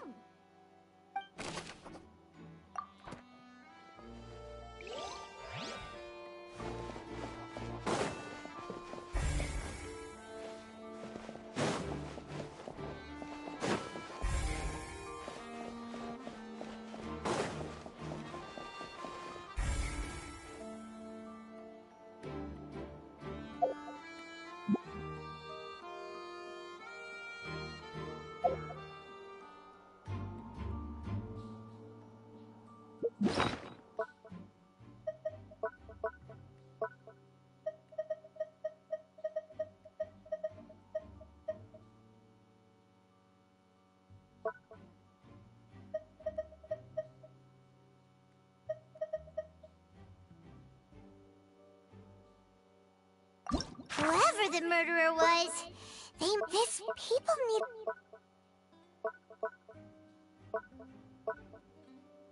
Why would it be him? How strange. Gosh, no wonder the serial disappearances never got solved. We all heard that noise, didn't we?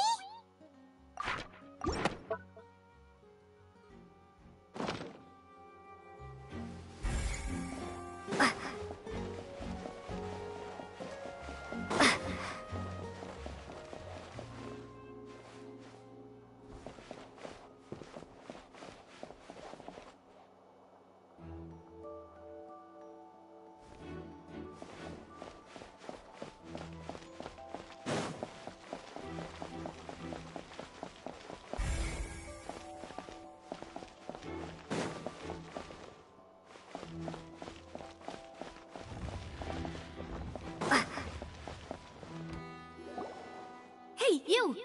Yes, both of you! Over here! I've been keeping an eye on you for a while now. Huh? You mean us? That's right. If I'm not mistaken, you're also among those who wish to cut down the thorns and pursue the truth. No? And by the looks of it, you're not from Fontaine. Well, you're right on the more about that one, but who are you? Have you never heard of the Spina di Rosula?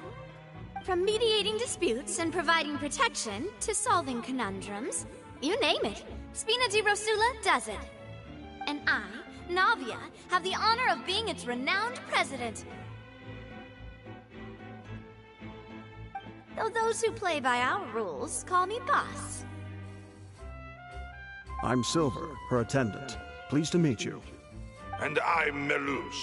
Demoiselle's various daily needs and affairs are under my purview.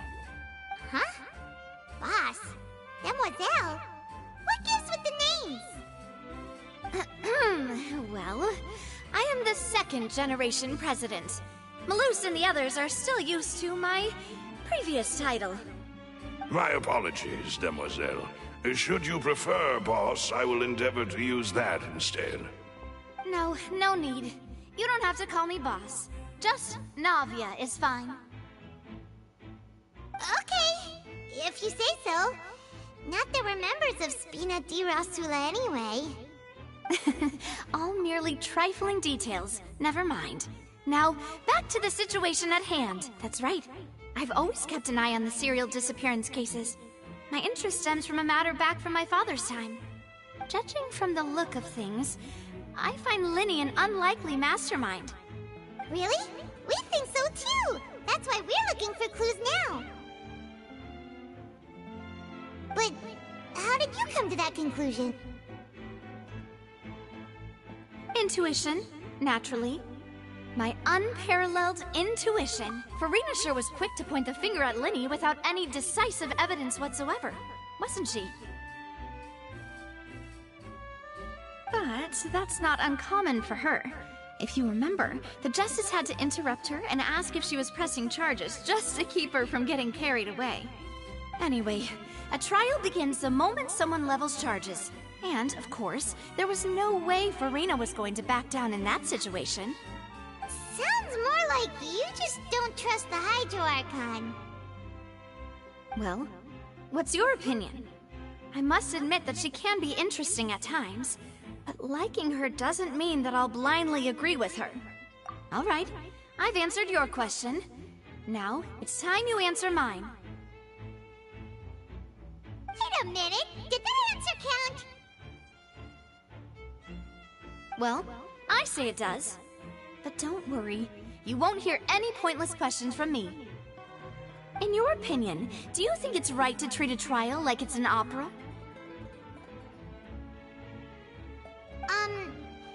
Well? And why would that be?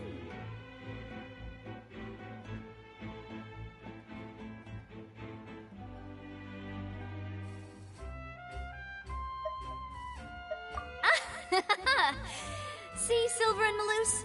I told you they'd be different. Most astute of you, Demoiselle. I too think that the Traveler's response was most excellent. No matter how wonderful the script or how fervent the audience's expectations may be, the trials that go on stage here must be based in fact. And if that can be done, boss, then... All right, that's quite enough, Melus. Anyway, I like your answer. You pass with flying colors. Now, I need to make some preparations, following which our joint investigation shall commence. You two shall be my assistants. Wait! Since when did we become assistants? Oh, well, I can be the assistant. Sure. Or your companion, if you like. I'm really not that fussy. That's more like it. Far be it from me to brag, but I believe that Demoiselle's intuition will be instrumental in uncovering the truth. You wish to save a friend from false accusations, and we wish to unravel the disappearances. In this sense, our goals are aligned. You have a point. You're quite the talker, aren't you, mister? And what about you over there? What do you think? You seem like you've got something on your mind. I have nothing to add. Oh, alrighty then. We'll be making some preparations first. Just be sure to let us know if they start revealing Linny's tricks.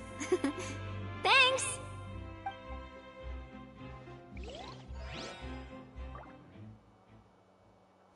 Why would it be hit?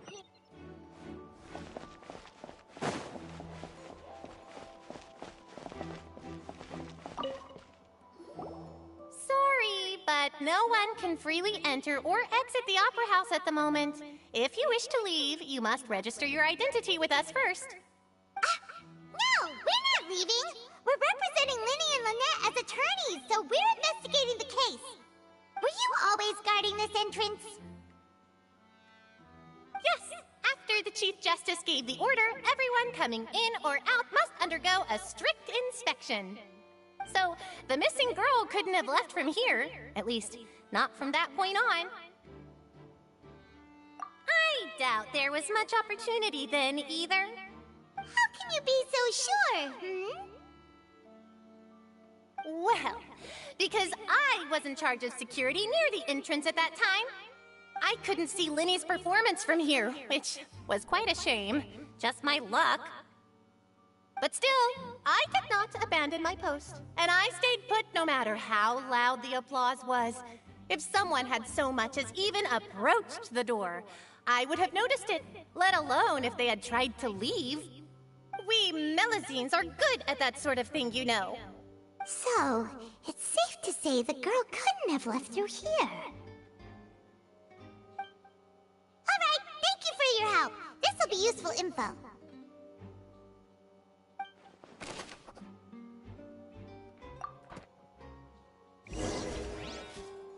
We've checked everything of note here at the performance venue. Paimon wonders how Linny's discussion with the guards is going. Let's go see, shall we? Ooh, things are getting interesting, huh? We're about to see how... Understood. Then I will be going with you. Just so you're aware, I will be monitoring your actions and making notes as necessary. Very good. Thanks for being so agreeable. I'd pull a rose out of my hat as a gift for you if I could. You may spare the pleasantries. I'm just doing my job. You've arrived. Who's this? Me? I'm Spina di Rosula's guardian angel. If you've got a problem, I've got the firepower. Sorry, I got a little carried away there. Call me Navia. I'm a partner of theirs, and will be helping investigate this whole situation. And these are my companions. Would you mind if they join as well? Fine by me. Oh, new helpers? I would be most grateful. Well, let's just say we're tagging along. It's not every day you get to see the secrets behind magic performed on such a large scale. I appreciate your kind interest. Come with me. We'll be heading below stage. Huh? Below stage? Yes, a world of secrets is hidden beneath this magic box, prepared specifically for this switcheroo trick. But before I reveal everything, you should have a look first. Notice anything strange here?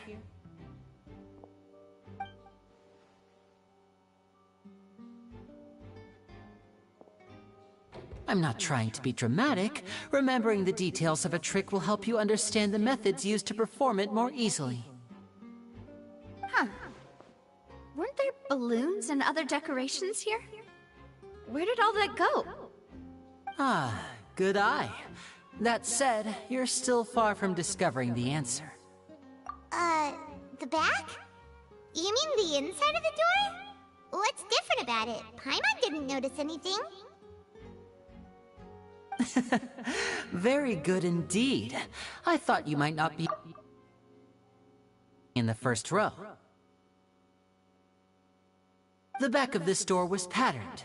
Those patterns are now gone, replaced by a smooth wooden board. So, if you put 2 and 2 together, what do you get? Exactly. All right, let's go. I'll tell you how it works as we head down.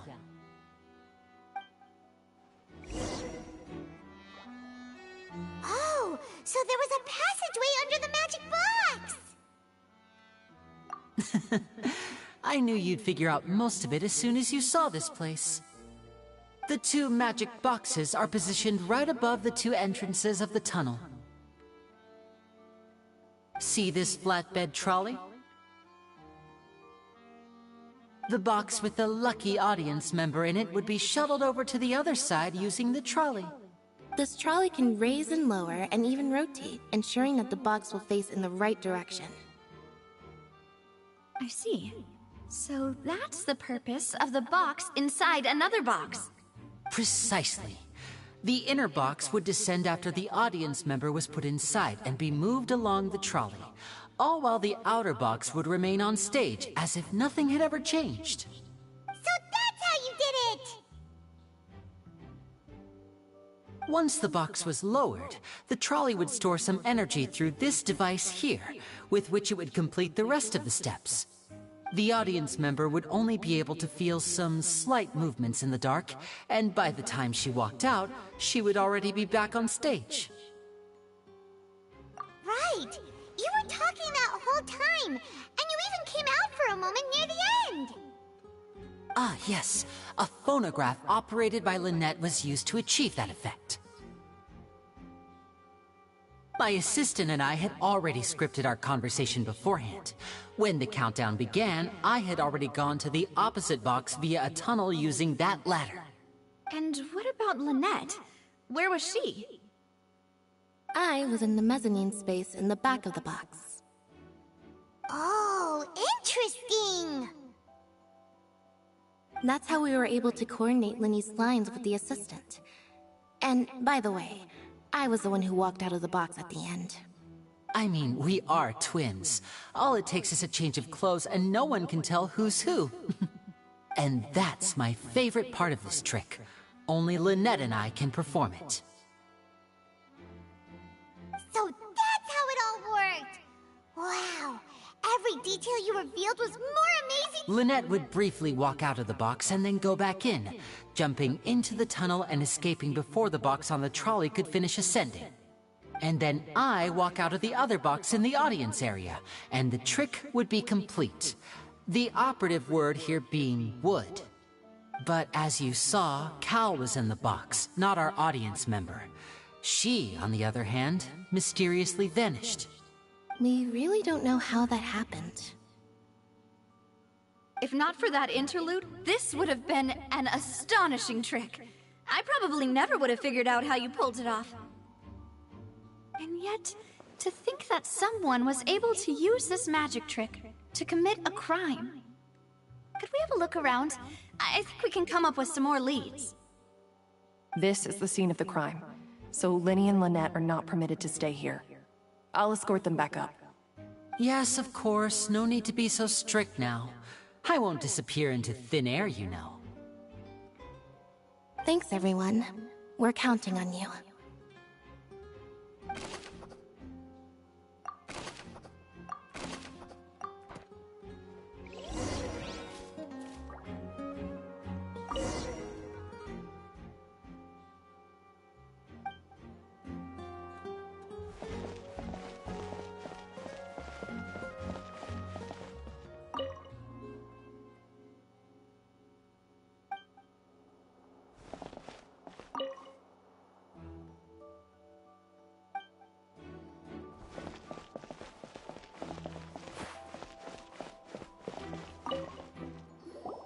The floor is wet. Please be careful not to slip. Speaking of which, why would there be water here? Oh! Paimon knows! It's one of those tricks where you pour water into a jug and then flip the jug over only for the water to disappear? And here's a broken vase! Huh. Did the trolley knock it down while moving? That can't be. The trolley moves along tracks from start to finish. It couldn't have hit the vase at this distance. Let's note this down too and think about it later.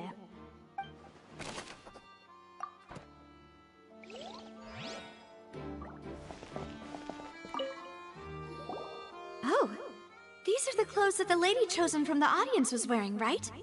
Her clothes are here, but she's nowhere to be found. Right! And do you really need to do that if you're kidnapping them?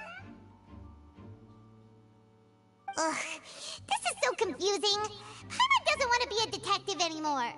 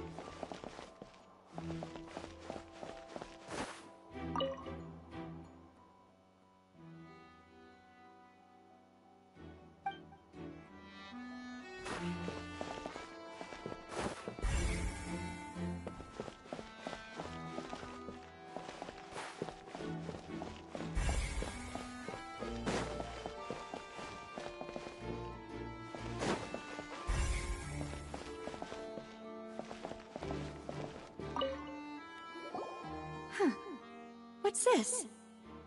Looks like a hook tied to the end of a rope. Huh? There's all kinds of odds and ends here. Perhaps it was a prop for a different trick. But why would it have been left here? Whatever it is, let's make a note of it first.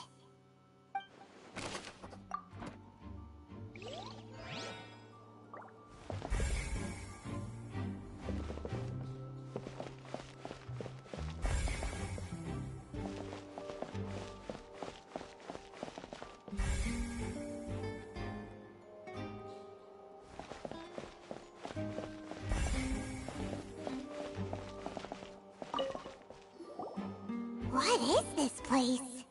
It seems someone could fit through here. Huh. Could this have been the suspect's escape route? Alone, perhaps. But if they had to pull another person with them, the space would be too narrow. But there are no other ways in or out of here. Oh, you're right! Let Paimon write that down.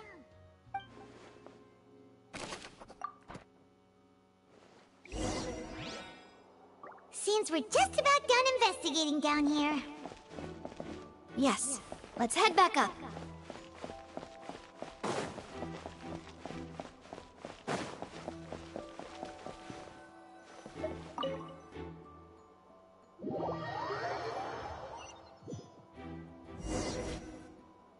Well, we've ascertained the state of the crime scene. Let's find a place to sort out our findings once Malus returns. It seems to me that there are several things that don't add up here. Apologies for the wait, demoiselle. So, what did the guards say? Did the criminal escape through the vent? They believe the odds of that are very low, since the vent leads to the Opera House's basement. The guards have checked the area carefully. No one left through the basement during the performance or after the incident, and no one was found hiding there. So the tunnels become like a secret chamber then! You know, like the kind you usually see in novels! The plot thickens. Halsey's disappearance and Cowell's death are both quite inexplicable. No wonder Farina was so confident in her accusation. All the current evidence points toward Linny and Lynette. In other words, the charges are very likely to be upheld unless we make some considerable progress. Charges and then trial. So if the charges are upheld, they'll announce a sentence? That's right. This is how a trial goes in the Opera House. During the proceedings, the Chief Justice and the Oratrice will hear statements from both sides. That's right. This is how indemnitium is produced. The statements from both sides, the defenses from attorneys, witness testimonies, and even the audience's emotions will all be projected on the Oratrice. To put it simply, it's as if the Oratrice has its own will, and is a judge in its own right. This also precludes any kind of favoritism on the part of the Chief Justice. And not that this has ever happened anyway. Once both sides have finished speaking, the Chief Justice will make his final decision. This, too, will be used by the Oratrice as a reference. Then, finally, the Oratrice will be consulted by officials. The result it returns is the will of justice itself. Huh? So that machine is the one that actually decides? Paimon thought Neuvillette called the shots. In practice, there is very little difference. Both have always come to the same judgment. Which is why people have great faith in the Chief Justice. Ah, yes, the guards also asked me to convey that none of us will be allowed to leave this place before the trial. Huh? Why? Because we've chosen to act as the twins' proxies. That makes us persons related to the case. They're concerned that we might be colluding with outside parties, or that we might find outside help to disrupt the case. And even if that were not so, it could prove problematic if we happen to spread key information about the case ahead of time. I'm ready to break out at any time. Whoa, whoa! There's no need for that! Paimon thinks they have a point! That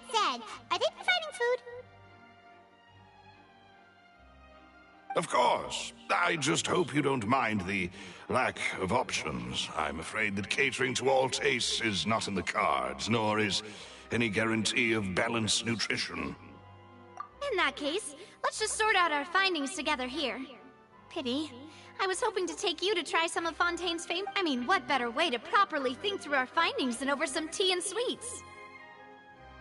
Huh. Breaking out suddenly doesn't seem like such a bad idea after all. Just kidding! Just kidding! Paimon will still do her best, even if there are no snacks. What do you mean, no snacks? Of course we'll have snacks. If we cannot buy some, then we'll simply make some. Huh? Here? But how? Understood, Demoiselle. Everyone, please come with me.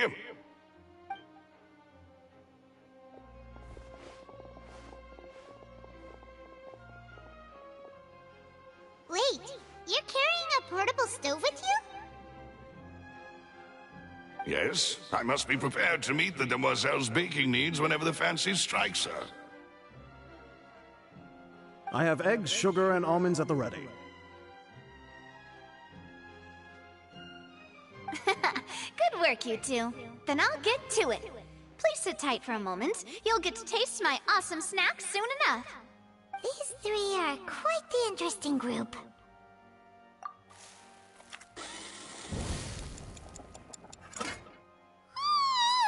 And Paimon thought it smelled good while it was still in the oven! Oh, it's even. From the way you had these two guys carrying all that stuff around, Paimon thought you'd have them do more during the baking process. But you ended up doing the entire thing by yourself! Beating the egg whites, grinding almonds, everything! I was applauding. And I was giving encouraging smiles. Paimon was just thinking, aren't you worried about getting your fancy dress dirty, beating egg whites and baking like this?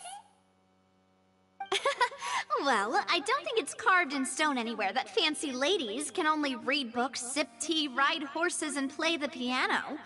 I just really enjoy making snacks. Don't underestimate beating egg whites, by the way. It's a real arm workout. You also need to beat them to just the right consistency, or your macarons will crack. Anyway, give these a try, fresh out of the oven. There's 3 for each of us. Only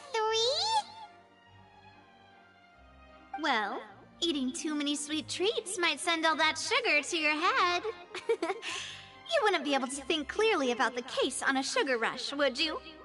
Tea is ready to be served as well. This is Demoiselle's favorite, strong black tea with a floral fragrance that clears the mind and lifts the spirit. No need for concern. I'm merely doing as I should.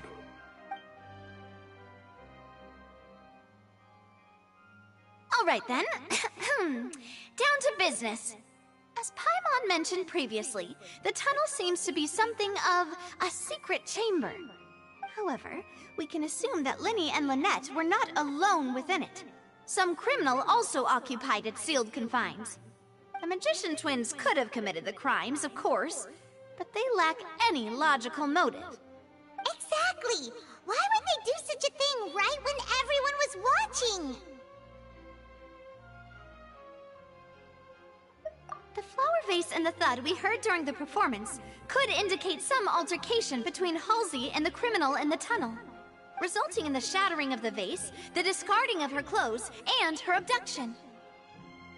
Perhaps the criminal thought that since she was chosen from the crowd, she would be too easy to identify if she was still wearing the same clothes. Paimon thinks that makes sense, but the real trouble is... True. None of the clues we found thus far support the existence of this third person. But the only people left to consider are both technically victims, whether it's the missing girl, Halsey, or poor Cowl. Huh.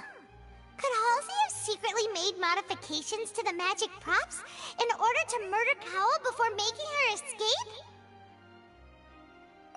That's right. And even if she had tampered with the setup, she would need to understand the entire trick to pull it off. Nor does she have any motive. The guard said that she has never had any dealings with the Magic Troop's members. Were we not thorough enough in our search? turning into an impossible case. Your macarons are amazing though, Navia. They smell great! They're nice and crisp and super sweet! They are my specialty after all. And I see you've already had 5 of them. What? 5? Oh, that can't be right. Paimon only counted 3, honest! Please don't worry about it. At my age, a few less sweets might actually be a good thing. No. Being greedy is one thing, but Paimon knows how to count. Besides, Paimon knows that if she ate too many, then others wouldn't have enough. Wait, even you don't believe Paimon? How could you?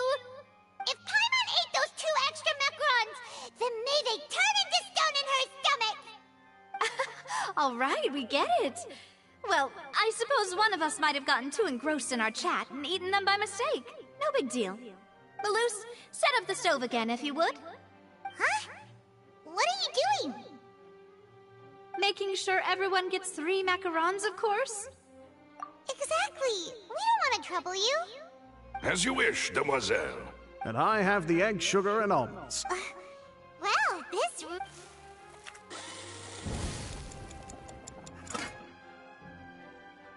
Well, that's it for snack time.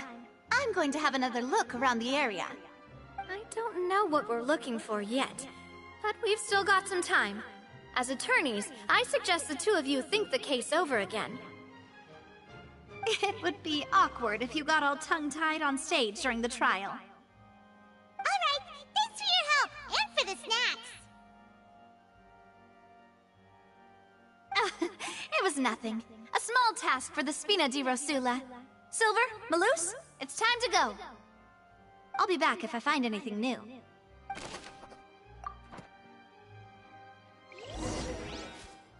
Alright, it's time to put our heads together.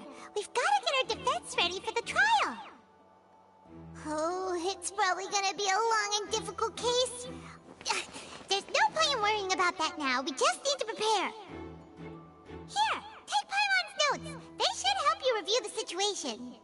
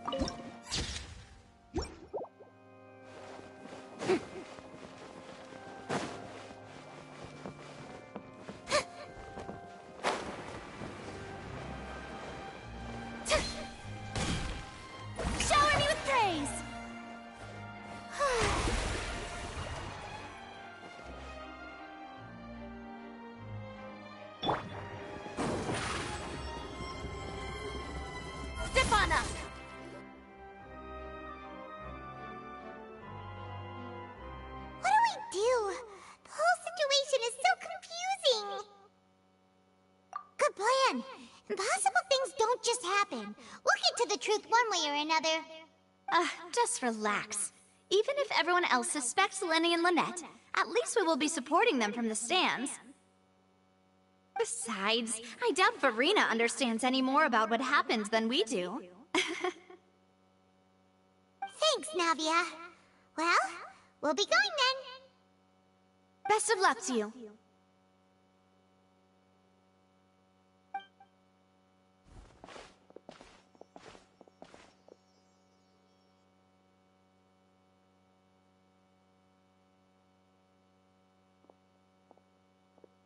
Ah, finally, you're back. Well, how did your investigation go? To be honest, you might be disappointed. No. We're already very grateful that you were willing to help. Well now, don't you all look disappointed. Don't tell me that your investigation came up empty-handed. That was to be expected, of course. The guilty can never produce proof of their innocence. But don't let that stop you. I shall be terribly disappointed should you, my most anticipated foe, concede so easily. Since both parties are present, I declare that the trial regarding the magic show incident is now in session. Firstly, in order for the audience to understand the causes and results of the incident, could we please have Mr. Linney explain the trick? Yes, of course. I will explain while Lynette demonstrates on stage. All the necessary items have been prepared.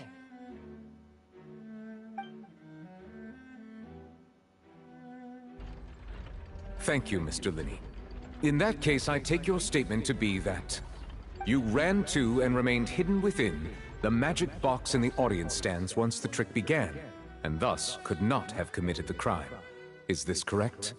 Yes, that's correct, Your Honor. In that case, I call upon the prosecution. Lady Farina, do you wish to refute his statement in any way? Why, of course I do. Allow me to take the first shot and break this case wide open. Mr. Linney is clearly lying. There is no way you could have been in the box the whole time if you were to abduct Halsey and murder Cowell. In fact, I'd say you were hardly in that tunnel at all. That is simply your hypothesis based on the presumption that I'm guilty. Oh, is that so? And if I may ask, what did you hear while you were inside your box? The roaring countdown of the crowd, of course. That's how I kept track of the time and built anticipation for the finale. And you didn't hear anything else at all? Nothing that might leave an impression of any kind? No, nothing. I see. But when the count reached 30 seconds or so, there was a thud. One so loud that I believe practically everyone heard it. Huh? Hey, hang on. Something's not right here.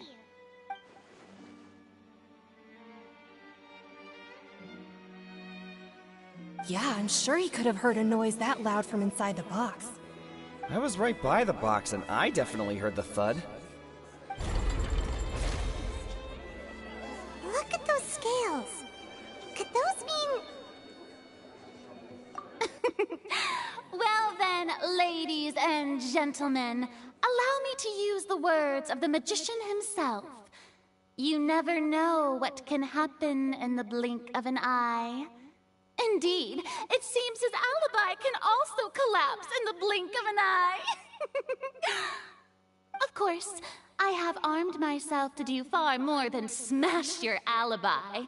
Confidence cannot go unfounded, and my foundations are rock solid. Tell me, aren't you and Lynette actually from the House of the Hearth? The House of the Hearth? No wonder they did something like this. So the serial disappearances were the Fatsui's doing. Now it all makes sense. I've got a feeling that what happened on stage probably wasn't just an accident. That's irrelevant. Our identities have nothing to do with what happened. Indeed. Then perhaps you could tell us everything that happened during that 1 minute. Your first priority is to prove yourself innocent after all. I'm sure there is little that needs to be kept secret now. Unless your script already has holes in it. The Outlander is speechless. My, oh my, don't they look flabbergasted? Now comes the infighting and discord, I suppose. This was almost too easy. Oh, good thing I made all those preparations. Seems the all-nighter I pulled last night is really paying off. Hey, Linny! Why didn't you tell us this before?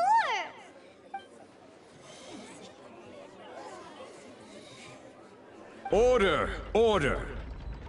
Mr. Linney, allow me to re-establish the facts. Lady Farina has raised 2 points. First, when the thud was heard in the Opera House, you were neither in the box nor the tunnel. Second, you and Ms. Lynette are both members of the House of the Hearth. Are these claims true?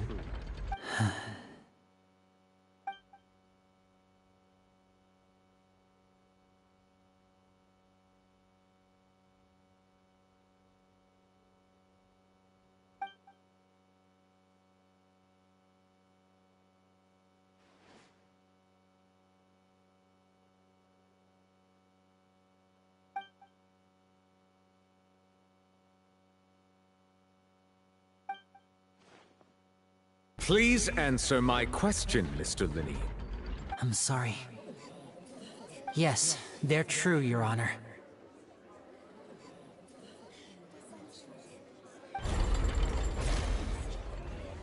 I knew it! Well, that's it. We might as well move on to the sentencing already. What should we do now? Granted.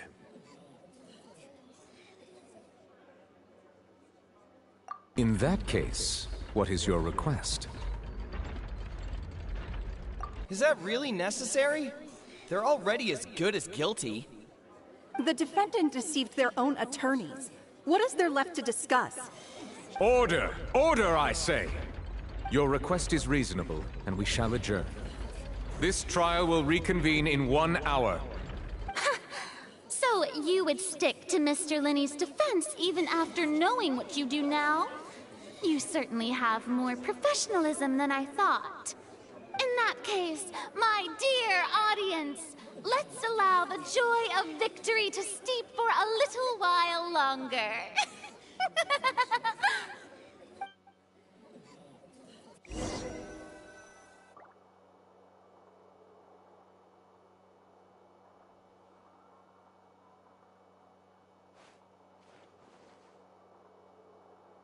Well, this is awkward. I didn't think the Hydro Archon would dig all that up. I'm sorry, Traveler and Paimon. Yeah, sorry. Paimon just knew where to start. We trusted you two. We based our entire reasoning on the assumption that you weren't bad guys. Not to set the wrong tone or anything, but Paimon's really mad! I'm very sorry. I know you're angry, and reasonably so, but please, let me explain. I know you've clashed with the Fatui several times before. I wouldn't be surprised if just hearing the word is enough to make you upset. But our organization is very, very large, and the Harbingers have very different personalities and goals. Right now, we want to save people. As many as we can. That's right. I'm sure we're on the same page when it comes to this nation and the disaster that its people might face. I knew if it weren't for our respective identities, we could become good friends. That's why I didn't wish to flat out lie to you, but chose to hide some details instead. The truth is very important, but being completely transparent about everything would see us spending more effort than we need to. Right. So, you be the judge. Heck, if I were you, I fear that I'd even struggle to trust me at this point. You met a Fatus who works as a magician, a trickster by trade. All by coincidence, too. But still, I'm asking you to trust me. I am no criminal. At least, not in this case. Sorry. Please forgive us.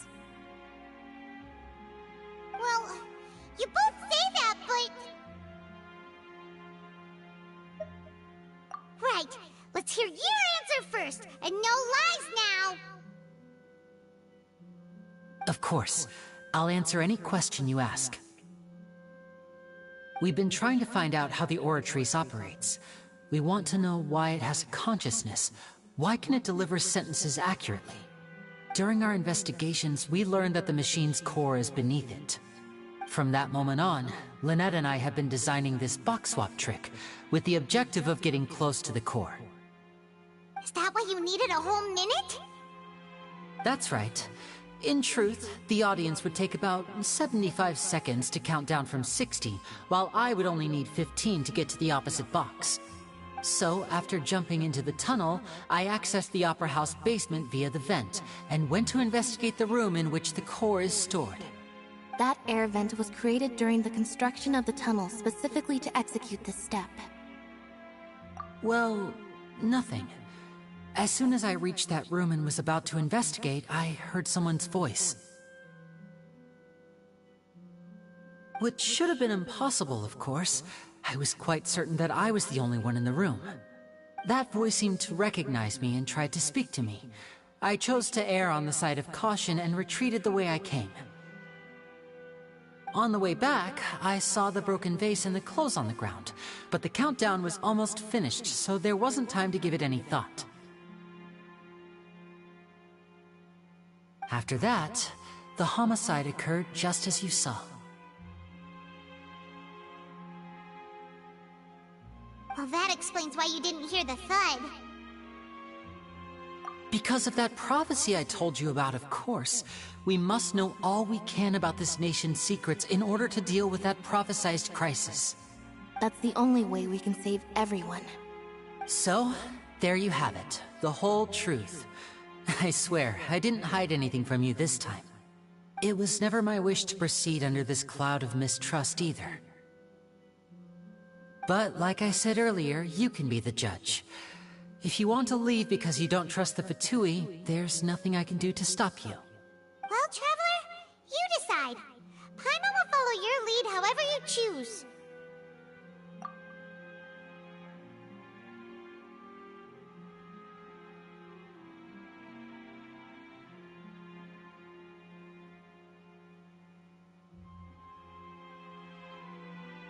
Okay, thank you. Thanks for giving us a chance. The current problem is that the scales are tipped pretty badly against you two.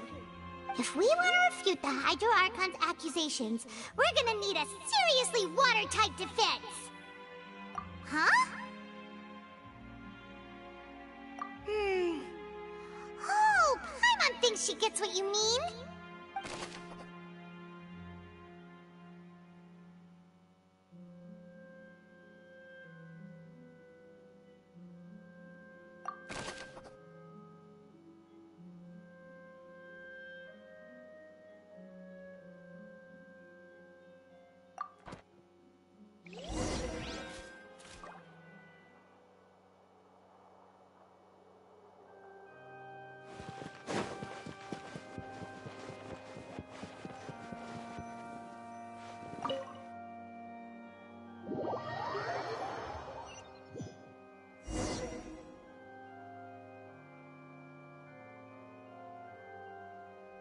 Both parties have returned to their positions. Let us continue the trial. When last we left off, Mr. Linney acknowledged the new evidence presented by Lady Farina as fact. Therefore, Lady Farina may continue stating her reconstruction of the events. Ugh, that took long enough. Now then, if everyone would lend me their attention. At this stage, let's revisit that scene from Linney's perspective.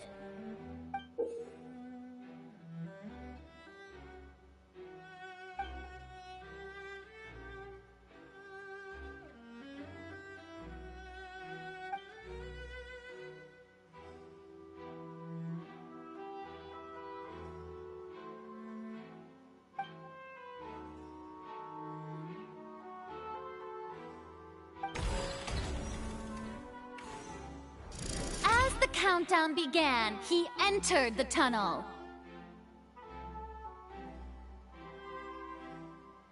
When the flatbed trolley passed, he opened the box and got into an altercation with Halsey, which caused the loud thud. He did not realize that this sound could be heard by everyone in the opera house, which is why he claimed earlier that he could not hear the sound. Finally, he used the vase to knock her out, before making her change clothes to prevent others from recognizing her. At this time, Cowell arrived in the tunnel, having heard that strange noise, and caught Linny red-handed.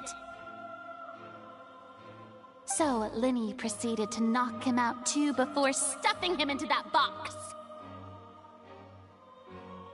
Afterward, Linny passed the unconscious Halsey to his accomplice through the magic box in the audience stands, before operating the devices such that Cowell's death would be ruled an accident. And there you have it. That's the truth behind what happened. Does the defendant's side have any objections to Lady Farina's description of the events? The key to refuting Lady Farina is the order of events. What Linny experienced and what he saw.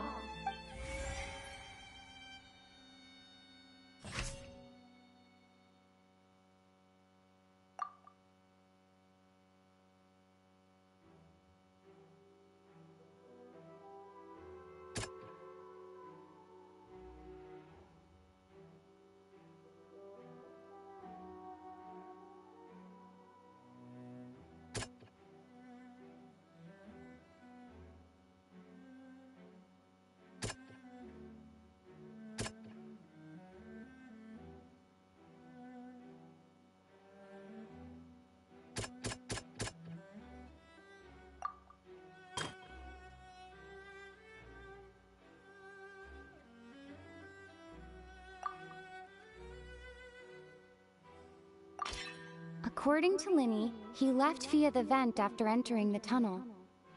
He couldn't have had that altercation with Halsey.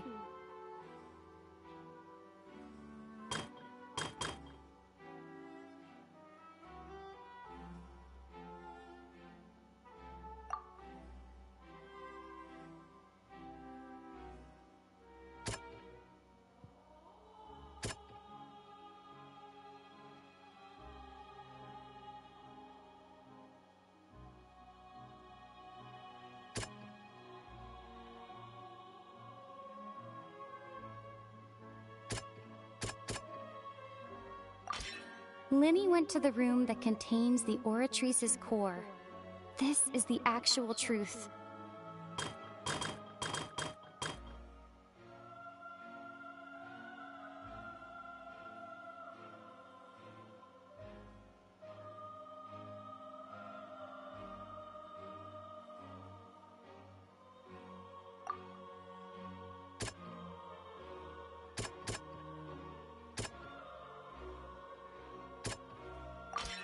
Linny did not take part in the underground altercation. He only witnessed traces of the aftermath. Attention! Ace Detective Paimon has something to say! When the countdown started, Linny did indeed go into the tunnel. But he immediately used a vent to access the Opera House basement, which is where the underground core of the Oratrice is stored. Once he reached that area, he heard a voice in what should have been an empty room. Since he felt something was amiss, he returned immediately.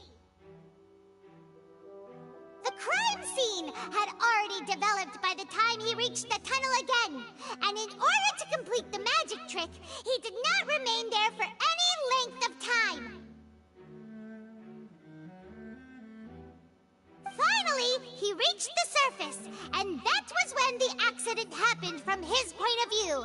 Therefore, he's innocent!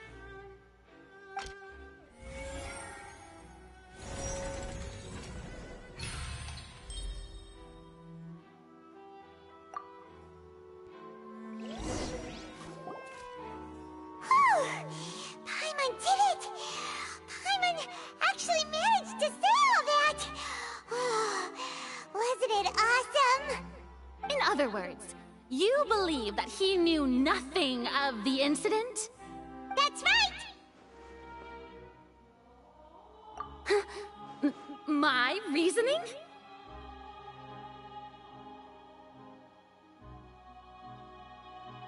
If that's the case, then if Cowell hadn't entered the tunnel, who was the entire setup meant to kill?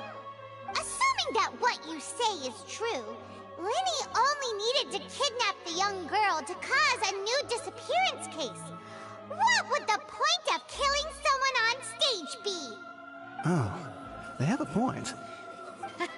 That's right, you tell them! And that's why they're partners of mine. They've managed to turn things around. Oh, well, your denial is very strident, I'll give you that. But what proof do you have to back your claims? Of course I do. If he had been in the magic box the whole time, how could he have not heard that sound? Why do you ask? You're saying that he wasn't?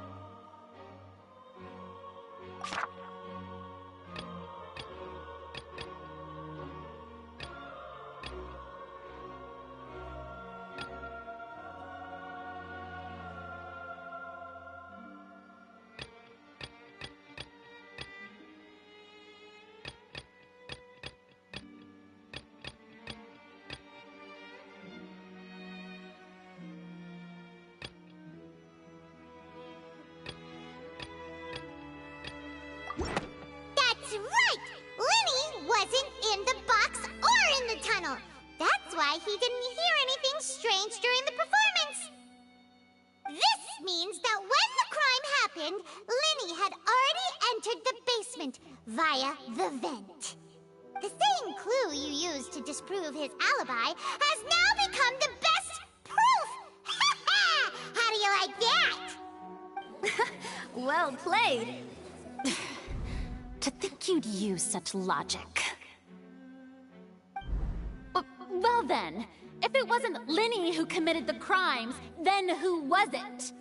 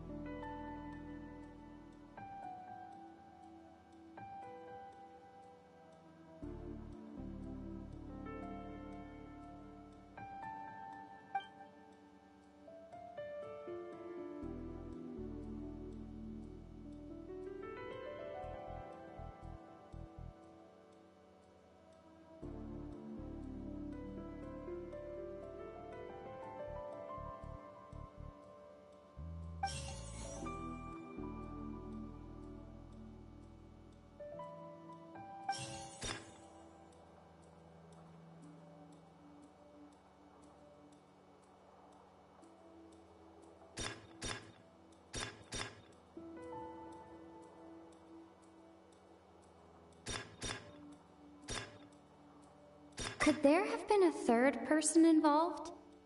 Is that really a possibility?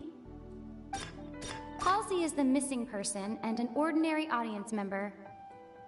Or did she have her own scheme all along? The deceased's name is Cowell, Lenny's assistant. He would have been able to tamper with the equipment.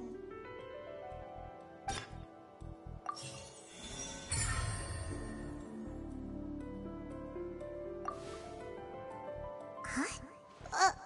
That can't be right. Are you serious? The killer was, in fact, Cowell, the deceased! Oh, is that so? How interesting!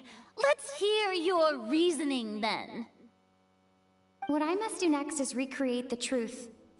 What Cowell did, and how he went from would-be perpetrator to victim.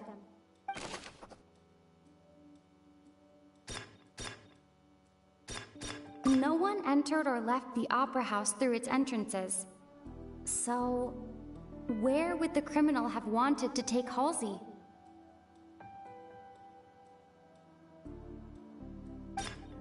The deceased's name is Cowell, Lenny's assistant.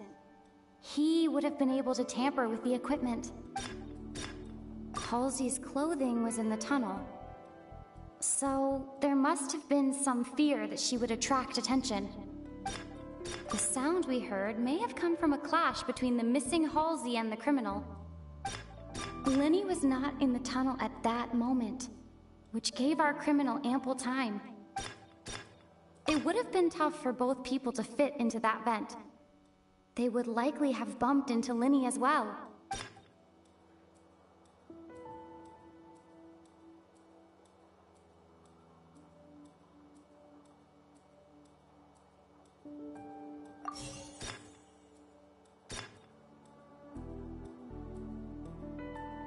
Lenny was not in the tunnel at that moment, which gave our criminal ample time.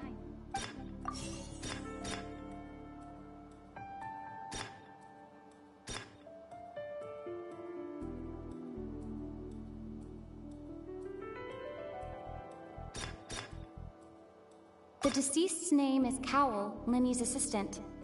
He would have been able to tamper with the equipment.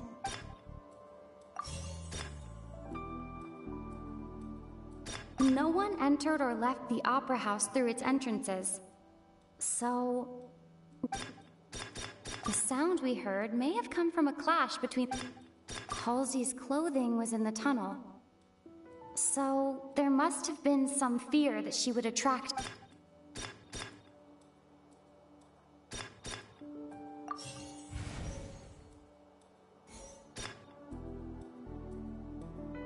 The sound we heard may have come from a clash. Halsey's clothing... No one entered or left... It would have been tough for both people to fit into that vent. The sound we heard may have come...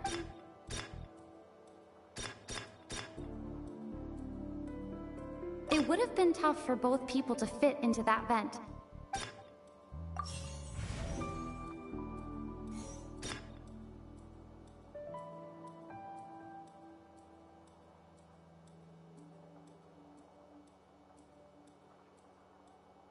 Lenny was not in the tunnel at that moment, which gave our criminal ample time. No one entered or left... Lenny was not in the tunnel at...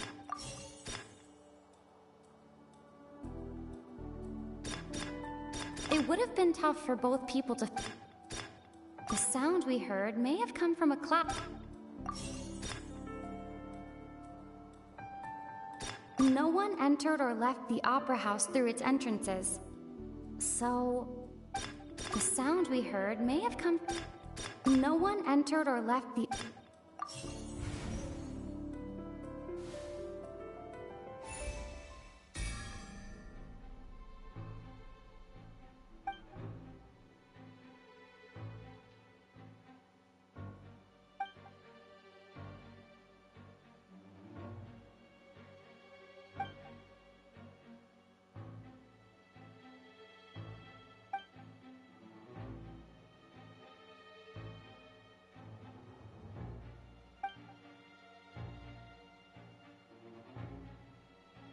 What's wrong, Traveler?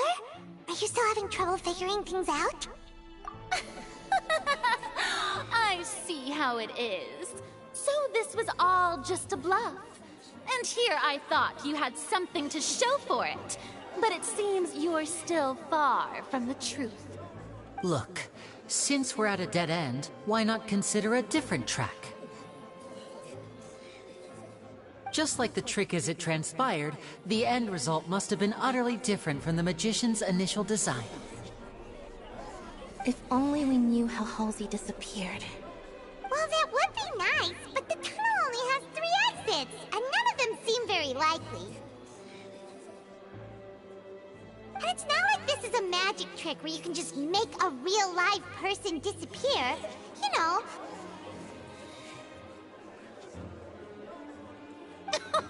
Excuse my interruption, dear opponents, but do you not see that the crowd is growing impatient? There is no greater sin in this opera house than an awkward delay in the performance.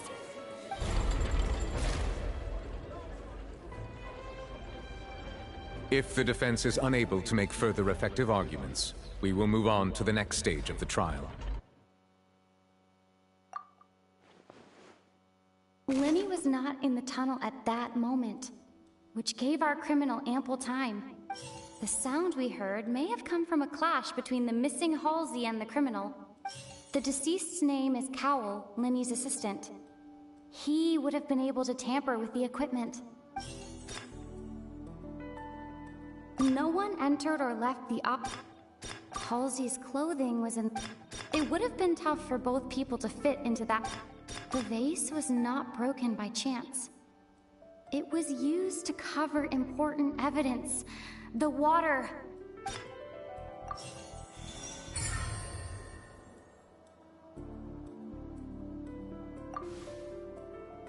Oh! Paimon gets it! It all comes together if Halsey disappeared instead of being kidnapped. Lynette escaped from the water tank, vanishing gradually and leaving only clothes behind. If there's a similar method where a person could be transformed into water... Oh, just a moment, please. I do hope you know how preposterous you sound at the moment. How could a person ever be transformed into water? This is reality we're talking about here, not some magic trick. Must we really? I should think that of anyone. Your friend Linny already knows this truth very well. Magic tricks are ultimately just illusions and misdirection. But Halsey's disappearance is very real. We're talking about 2 completely different things. Even so, I trust the Traveler's judgment. The truth must be out there somewhere. Perhaps some new line of reasoning may open if we try to gather all the focal points that don't make sense.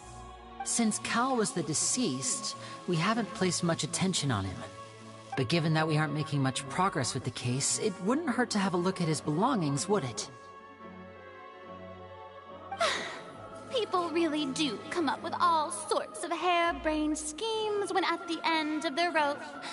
The way I see it, your suggestion that we broaden the scope of our investigation is nothing but a tactic for stalling the trial. Nevertheless, I believe that this is a reasonable request on the part of an attorney. Since the trial does indeed appear to be at an impasse, I believe that additional evidence may help us make more progress. Guards, please step into the lounge and examine the personal effects of the deceased, Cowell. We are still examining the items, but we have already made critical progress that we feel must be shared with everyone post-haste. We discovered several test tubes of fluid within Cowell's baggage, each labeled separately. The notebook in his backpack claims that these fluids are... water from the Primordial Sea. The Primordial Sea? The note's contents also indicate that Cowell belonged to an organization that sells illegal drugs and that he had an accomplice. The notebook has many entries concerning safe usage of these fluids, in which the keyword dissolve appears many times. One of these tubes was labeled Opera Epiclese, along with yesterday's date. It is empty. The notes also state that these dissolution properties work exclusively on people from Fontaine. It's likely that Halsey was chosen as some sort of test subject. As such, we believe that the defense's hypothesis is, in fact, supported by sufficient evidence. You've got to be kidding! People dissolving into water? Could something so ridiculous actually be true? Wait a moment. This reminds me of a certain prophecy, but it's just a coincidence, isn't it? Huh.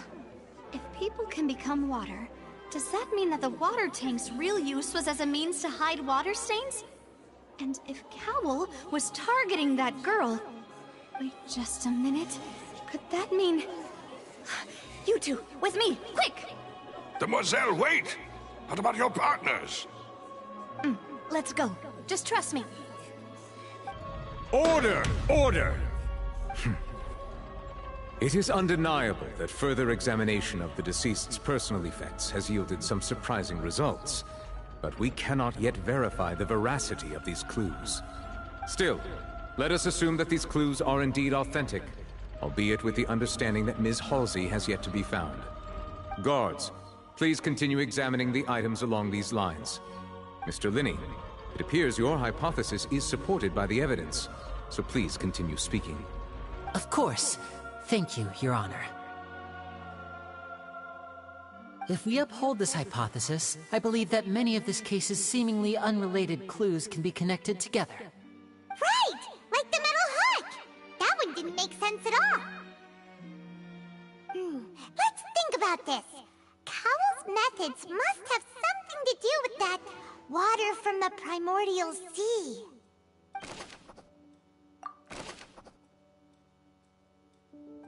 The deceased's name is Cowell.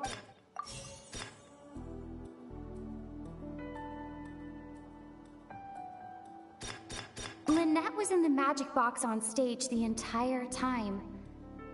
Did she have something to do with this? I remember there was something else within the inner layer of that box. The water from the primordial sea should already have been prepped before Halsey entered the magic box. Now it seems like the hook rope was not meant for another magic trick, but was instead some form of triggering mechanism. The rope that strung the water tank up was lit by the fireworks and cut. As such, the focus here is on the water and not the tank.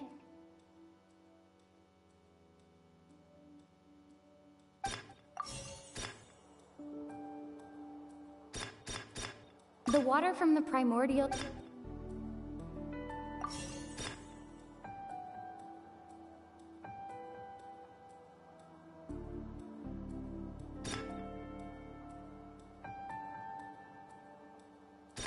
Now it seems like the hook rope was not meant...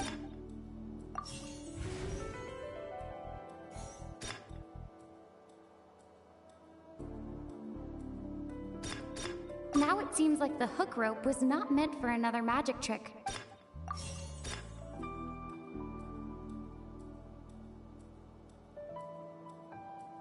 Lynette was in the magic box on... I remember there was something else...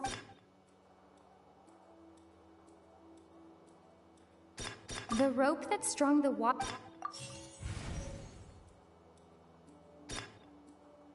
I remember there was something else with...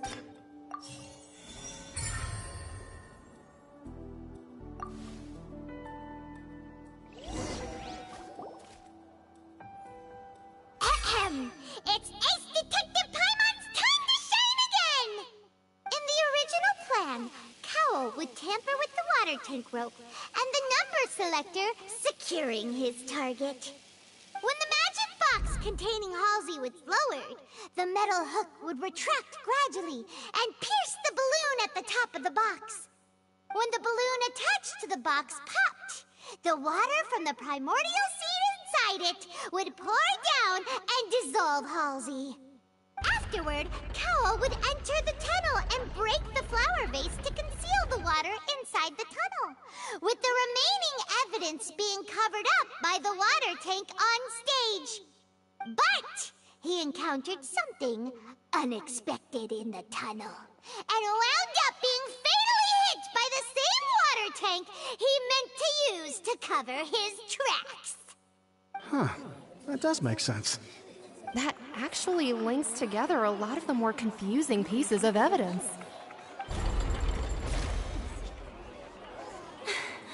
Oh dear, what do I do? Even I think they sound convincing now. Have I falsely accused an innocent person? What a humiliation. Now, it seems like the only point of contention remaining is the exact circumstances that led to Cowl's death. His notes mentioned he had an accomplice who could be related to the situation. On that note, the guards have just contacted me indicating that they uncovered new evidence. I shall now invite him on stage to share it with us. Thank you, Your Honor. We were just inspecting the luggage of the other people involved in this case. And we found an identical sample of the water from the primordial sea among Linny's personal effects. What? That can't be. Oh, I see. Well, how wonderfully comedic to have your own counterattack only to come back and wound you. Does this not clear all doubt? My dear citizens, my loyal audience, allow me to present my reasoning and bring this performance to a swift close. Linny did not need to take part in the dissolution of the young woman at all. Indeed, he did leave the scene via the vent. Having made modifications to the props beforehand, his accomplice Cowl then caused Halsey to vanish using the water from the primordial sea. But upon his return, in cruel avarice, Linny desired sole credit and prepared to do away with his partner in crime. Ultimately, he knocked Cowl out, and the tool meant to cover the crime up also became a murder weapon. Now, as much as I regret having come to such a viciously straightforward conclusion, it does seem that the famed Fatui is quite the cold... Am I right, Mr. Linny? We've used up all the evidence we collected. There's no way for us to make a rebuttal here. Is this the end of the road?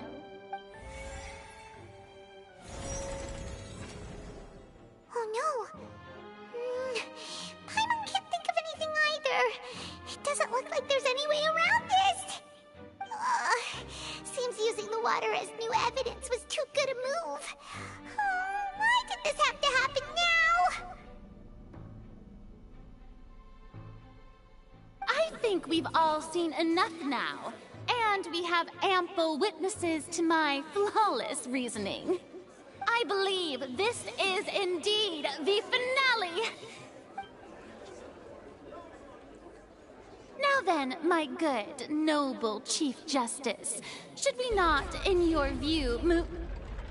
Excuse me, everyone, but I must interject. Miss, I must ask you not to shout, and to respect the ongoing legal proceedings.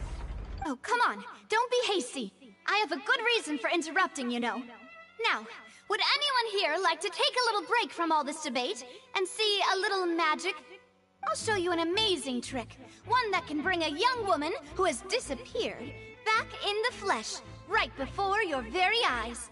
Please, do the honors, Mr. Linny, if you would be so kind. What in the world is she saying? No offense, miss, but miracles like that are beyond my scope as a magician.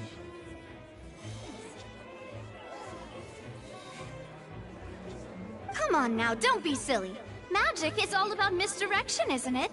It often conceals the truth while presenting a fascinating illusion. But once everyone believes the illusion, can't magic reveal the truth to them once again? And wouldn't such a trick be the most marvelous finale to today's performance? Come on, Lenny and Lynette. Give it another go. Don't worry. Spina di Rosula has made the necessary arrangements on your behalf. But, as the magic makers and stars of the show, I think I should leave the final performance to you. I understand.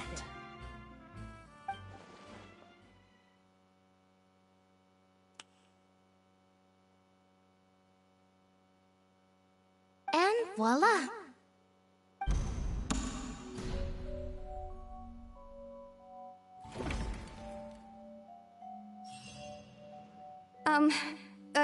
Sorry for the interruption.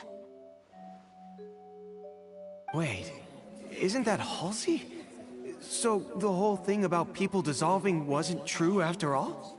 To be clear, I'm only here because this person told me that if I testified, the merit of doing so would lessen my sentence.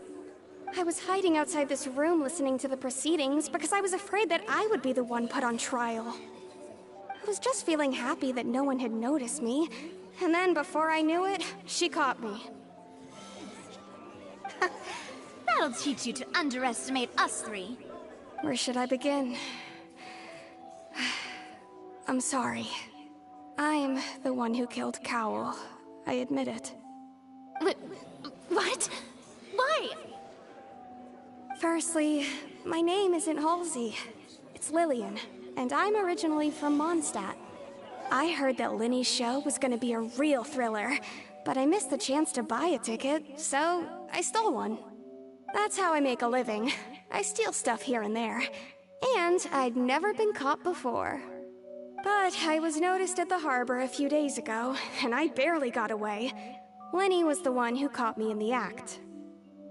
Hey! No wonder you look familiar! So you were the thief! Liddy even mentioned that you were pretty skilled! Well, and I thought that would have been the end of it, but then the number selector chose me. He even mentioned the Fortress of Meripede. That's a prison, isn't it? So you can imagine how shocked I was. I thought he was on to me for sure. So I played along with the show while looking for an opening to flee.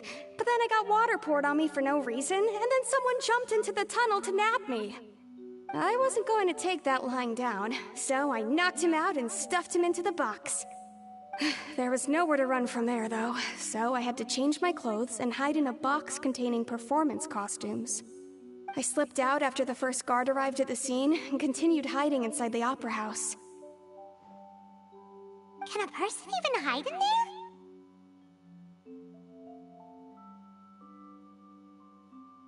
But I swear I didn't know that the water tank would fall down. Really, I swear it. Had I known that, I wouldn't have put him in the magic box. I may be a thief, but I'm no killer. Well, that makes everything pretty clear now, doesn't it? This time, we need to tell the entire story from Lillian's perspective.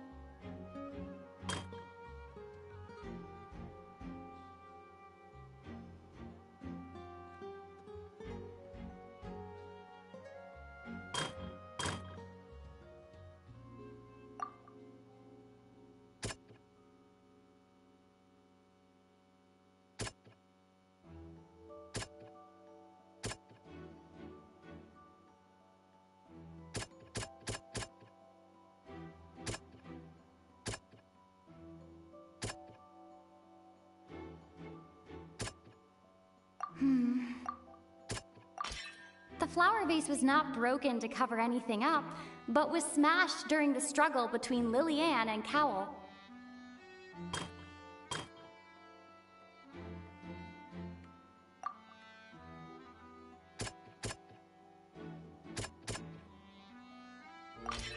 Lillian was afraid that she would be recognized if she left, so she changed clothes and hid, biding her time. Just what one might expect of an experienced thief.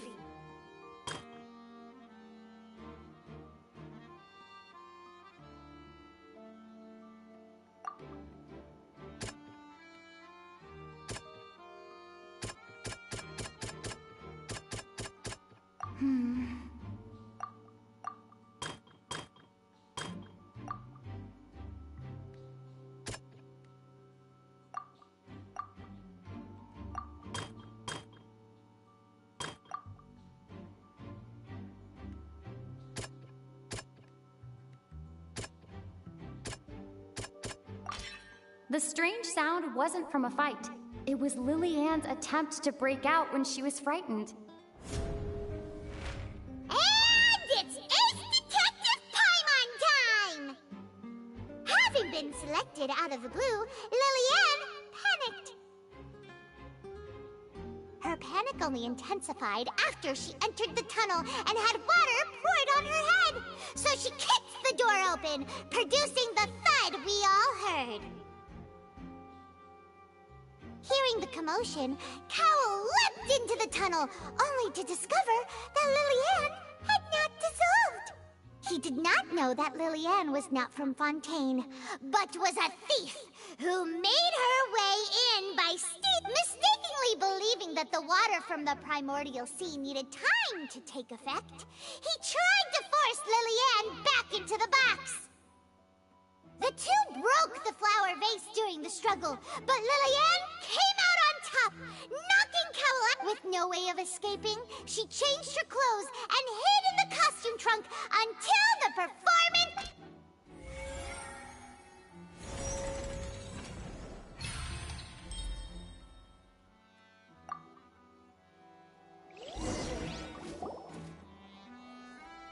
She knew that she would have to go through guard inspection if she tried to leave afterward. So, she has been trapped in the Opera House these last 2 days. She had already become desperately hungry by the time we were chatting over macarons. So, she swiped 2 of them right under our noses. Talk about a sneaky thief. At this point, all the events that happened in the tunnel have now come to light. Ah, so that's the whole story. Bravo! Bravo! Now then, Lady Farina, do you wish to speak against the defense's statements? Please answer the question, Lady Farina. Also, if I may add, the trial has not yet ended. As such, I request that the prosecution not leave the room before the proceedings have concluded. What? Are you reading my mind now? No. I have no further arguments. I admit defeat. But really, could you at least have left me with some dignity? Wow. Look at that! She's like a deflated balloon now. If there are no objections, then as the Chief Justice of Fontaine, I shall once again repeat the full sequence of events. The actual perpetrator of the serial disappearances, Cowell, selected his next victim from the audience reservation list. With some modifications to the selector, he could ensure that the pre-selected young woman would be chosen. To cover up any evidence while committing the deed, Cowell thought of allowing the water tank to fall, which would conceal the water left behind after the young woman was dissolved. He also tampered with the rope suspending the water tank, using the fireworks at the end of the performance to cause the tank to drop and hide the watermarks. He poured the water from the primordial sea into a balloon during the preparation of the magic box and stuck it to the box's lid. Finally, he passed the prepared hook on a rope through the gap in the magic box's door when bringing the young woman to said box. When the magic trick officially began, the box containing the woman was lowered into the tunnel, tightening the hook rope and bursting the balloon containing the water. If all had gone to plan, the young woman would be dissolved at this time. However, Lillian was not from Fontaine, and thus fled the box with a loud noise. Realizing that there was trouble, Cowell entered the tunnel and met Lillian. Thinking that the waters had not yet taken effect, he decided to proceed. However, his opponent was more capable than he thought, and he was overcome, knocked unconscious, and placed into the magic box, and thus became his own final victim. Lillian, according to her own statements, then changed clothes and hid until the performance ended, before hiding in other parts of the opera house. As for Linny, he was in the underground structures within the opera house, and was thus ignorant of these happenings. From this reconstruction of events, we can conclude that Linny, the accused, is in fact innocent. While there is much in Linny and Lillian's conduct that should still be investigated separately, this case, at least, can be handed over to the Oratrice to make the final decision.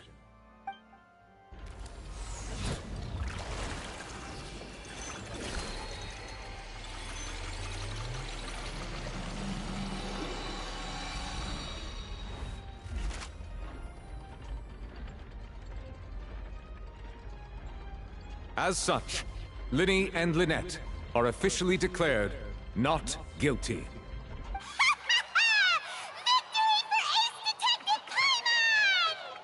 Great work, partners. Thank you all. Thank you so much. Next, I think we deserve an explanation, Guard Vaughn. How did you find the water from the primordial sea in Linny's baggage? Right! Your discovery caused me to make a serious mistake, you know. Or was that not a discovery, but false evidence that you dare to bring before this court? I suspect that the accomplice mentioned in Cowell's notes was not Linny, but you, yes?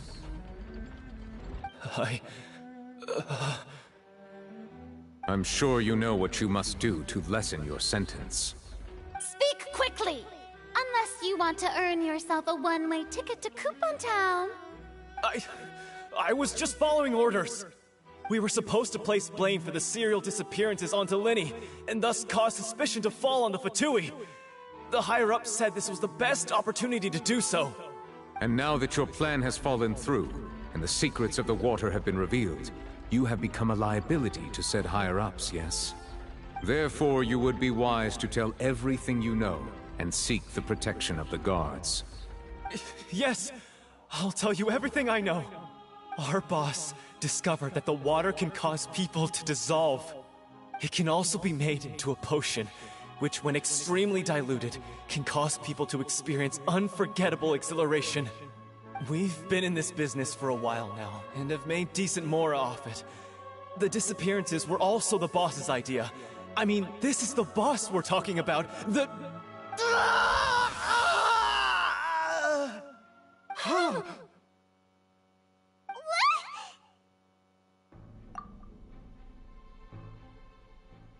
And now he can no longer talk. Such ruthlessness. I shouldn't have expected any less of them. An outrageous act. All present, please submit to inspection immediately.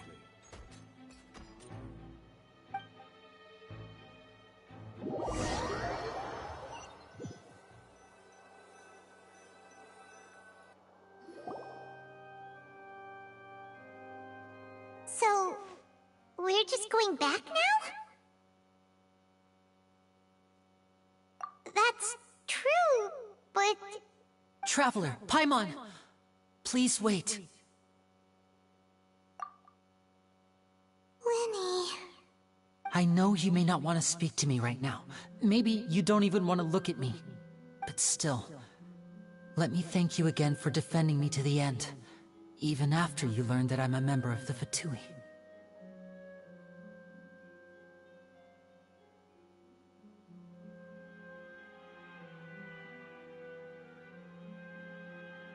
I guess. But regardless, I'd like the opportunity to set things straight. I didn't approach you with any ulterior motives or ill intent. I've spoken to you as myself, just plain Linny this entire time. As for why I'm a Fatus, it's because the goals of the House of the Hearth align with those of an orphan like me. That's all. That was how Father, who you might know as the Knave, approached recruiting us back then too. The Knave? The one who controls the House of the Hearth? She's your father? That's right. And since we're here, I was wondering, would you mind hearing a story? It's about my past. Back when our parents first died, Lynette and I were left wandering the streets. To survive, I took to surreptitiously observing an older street performer who did magic. It took me several days to figure out how he pulled off his amazing tricks. I took my sister through several streets until we found a crowded corner, and we began to perform magic tricks there. To my surprise, we proved to be pretty popular, and we could at least stop worrying about where our next meal would come from for a time. But I didn't want my sister to remain a street rat together with me forever. Before long, an aristocrat came to me and claimed that he wished to take us in after watching my performances. So you went from orphans to nobility just like that? That was how we felt at first too. As if fate was on our side and we could say goodbye to those painful days. But I gradually discovered that while we were called foster children, he was really after my talent for magic tricks. He would constantly take me to all sorts of banquets to garner attention, which he would then use to expand his social circles. That doesn't seem too bad either. Better than roaming the streets at any rate. It took a while for me to realize just how dark his heart really was. After one particular performance at a banquet, I discovered that Lynette was not on the same return vehicle as me. I waited a long time after we returned home, but she did not come back. I went to that noble's bedroom and asked him about her whereabouts. The answer he gave me was, she caught the eye of the most eminent person at the banquet, so I sent her over as a gift. I mean, you'll be able to perform your magic regardless of who your assistant is, yes? Oh no. So he was gonna... But wouldn't Fontaine's laws deal with such people? As far as outsiders are concerned, this is a relationship akin to adoption or foster care, and they have their ways of escaping the eye of the law. I managed to ferret out the location of the mansion of that so-called eminent person, and hurried through the night. But by the time I leaped over the walls, avoided the guards, and made my way in, all I saw was the moonlit ground covered in blood, and the knave standing there in the darkness. So, she'd already taken care of that guy. That's right. She had rescued my sister before she could come to any harm, and had even discovered several girls hidden in a basement, all of them orphans. Father, I mean, the knave, might have seen something in me, and so she made me an offer. The House of the Hearth welcomes you, for your interests align with ours. Here, none will ever betray you. Indeed, betrayal shall never be permitted here. I was hesitant to trust her. I mean, I had just been betrayed by nobles. But she was also quick to destroy the noble who had taken us in at first, giving us back our freedom. Oh, so that's how the two of you joined the House of the Hearth. She has her own plans. She has gained permission from the Tsaritsa to first use the Gnosis' power once she obtains it. She plans to use it to find a way to break the prophecy and save Fontaine. So, she believes in that prophecy too? That's right. The whole House of the Hearth is currently working to combat that crisis. Today's case has also proven that people from Fontaine can indeed dissolve into some sort of water, thus further supporting the prophecy. Everyone at Hotel Bouffe d'été, including the knave, has their roots in Fontaine, and we will always defend our homeland. To us orphans, the only connection we have left to this world, apart from our family, is our homeland. So, from small deeds like distributing magic pockets to huge schemes like sealing a gnosis, everything is aimed at dealing with that prophecy. It's all right. I understand. The only thing I can do is relate all this to you. I just hope you can understand that even as a member of the House, I have never stopped making my own decisions, and that I believe what I'm doing is right. If you should need anything at all in the future, feel free to find me. I will do my best to help you, as plain Linny. Bye, Linny!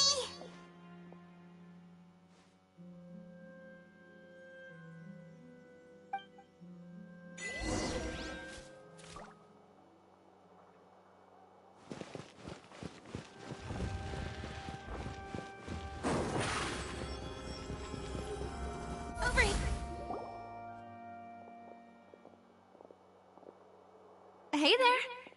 What was with the disappearing act you pulled right as the trial ended? Were you looking for us, Navia? Well, this whole thing isn't exactly over, is it? I do feel that we're getting closer to solving the serial disappearances case, though. Don't you think so, too? Huh? What's wrong, my dear partner?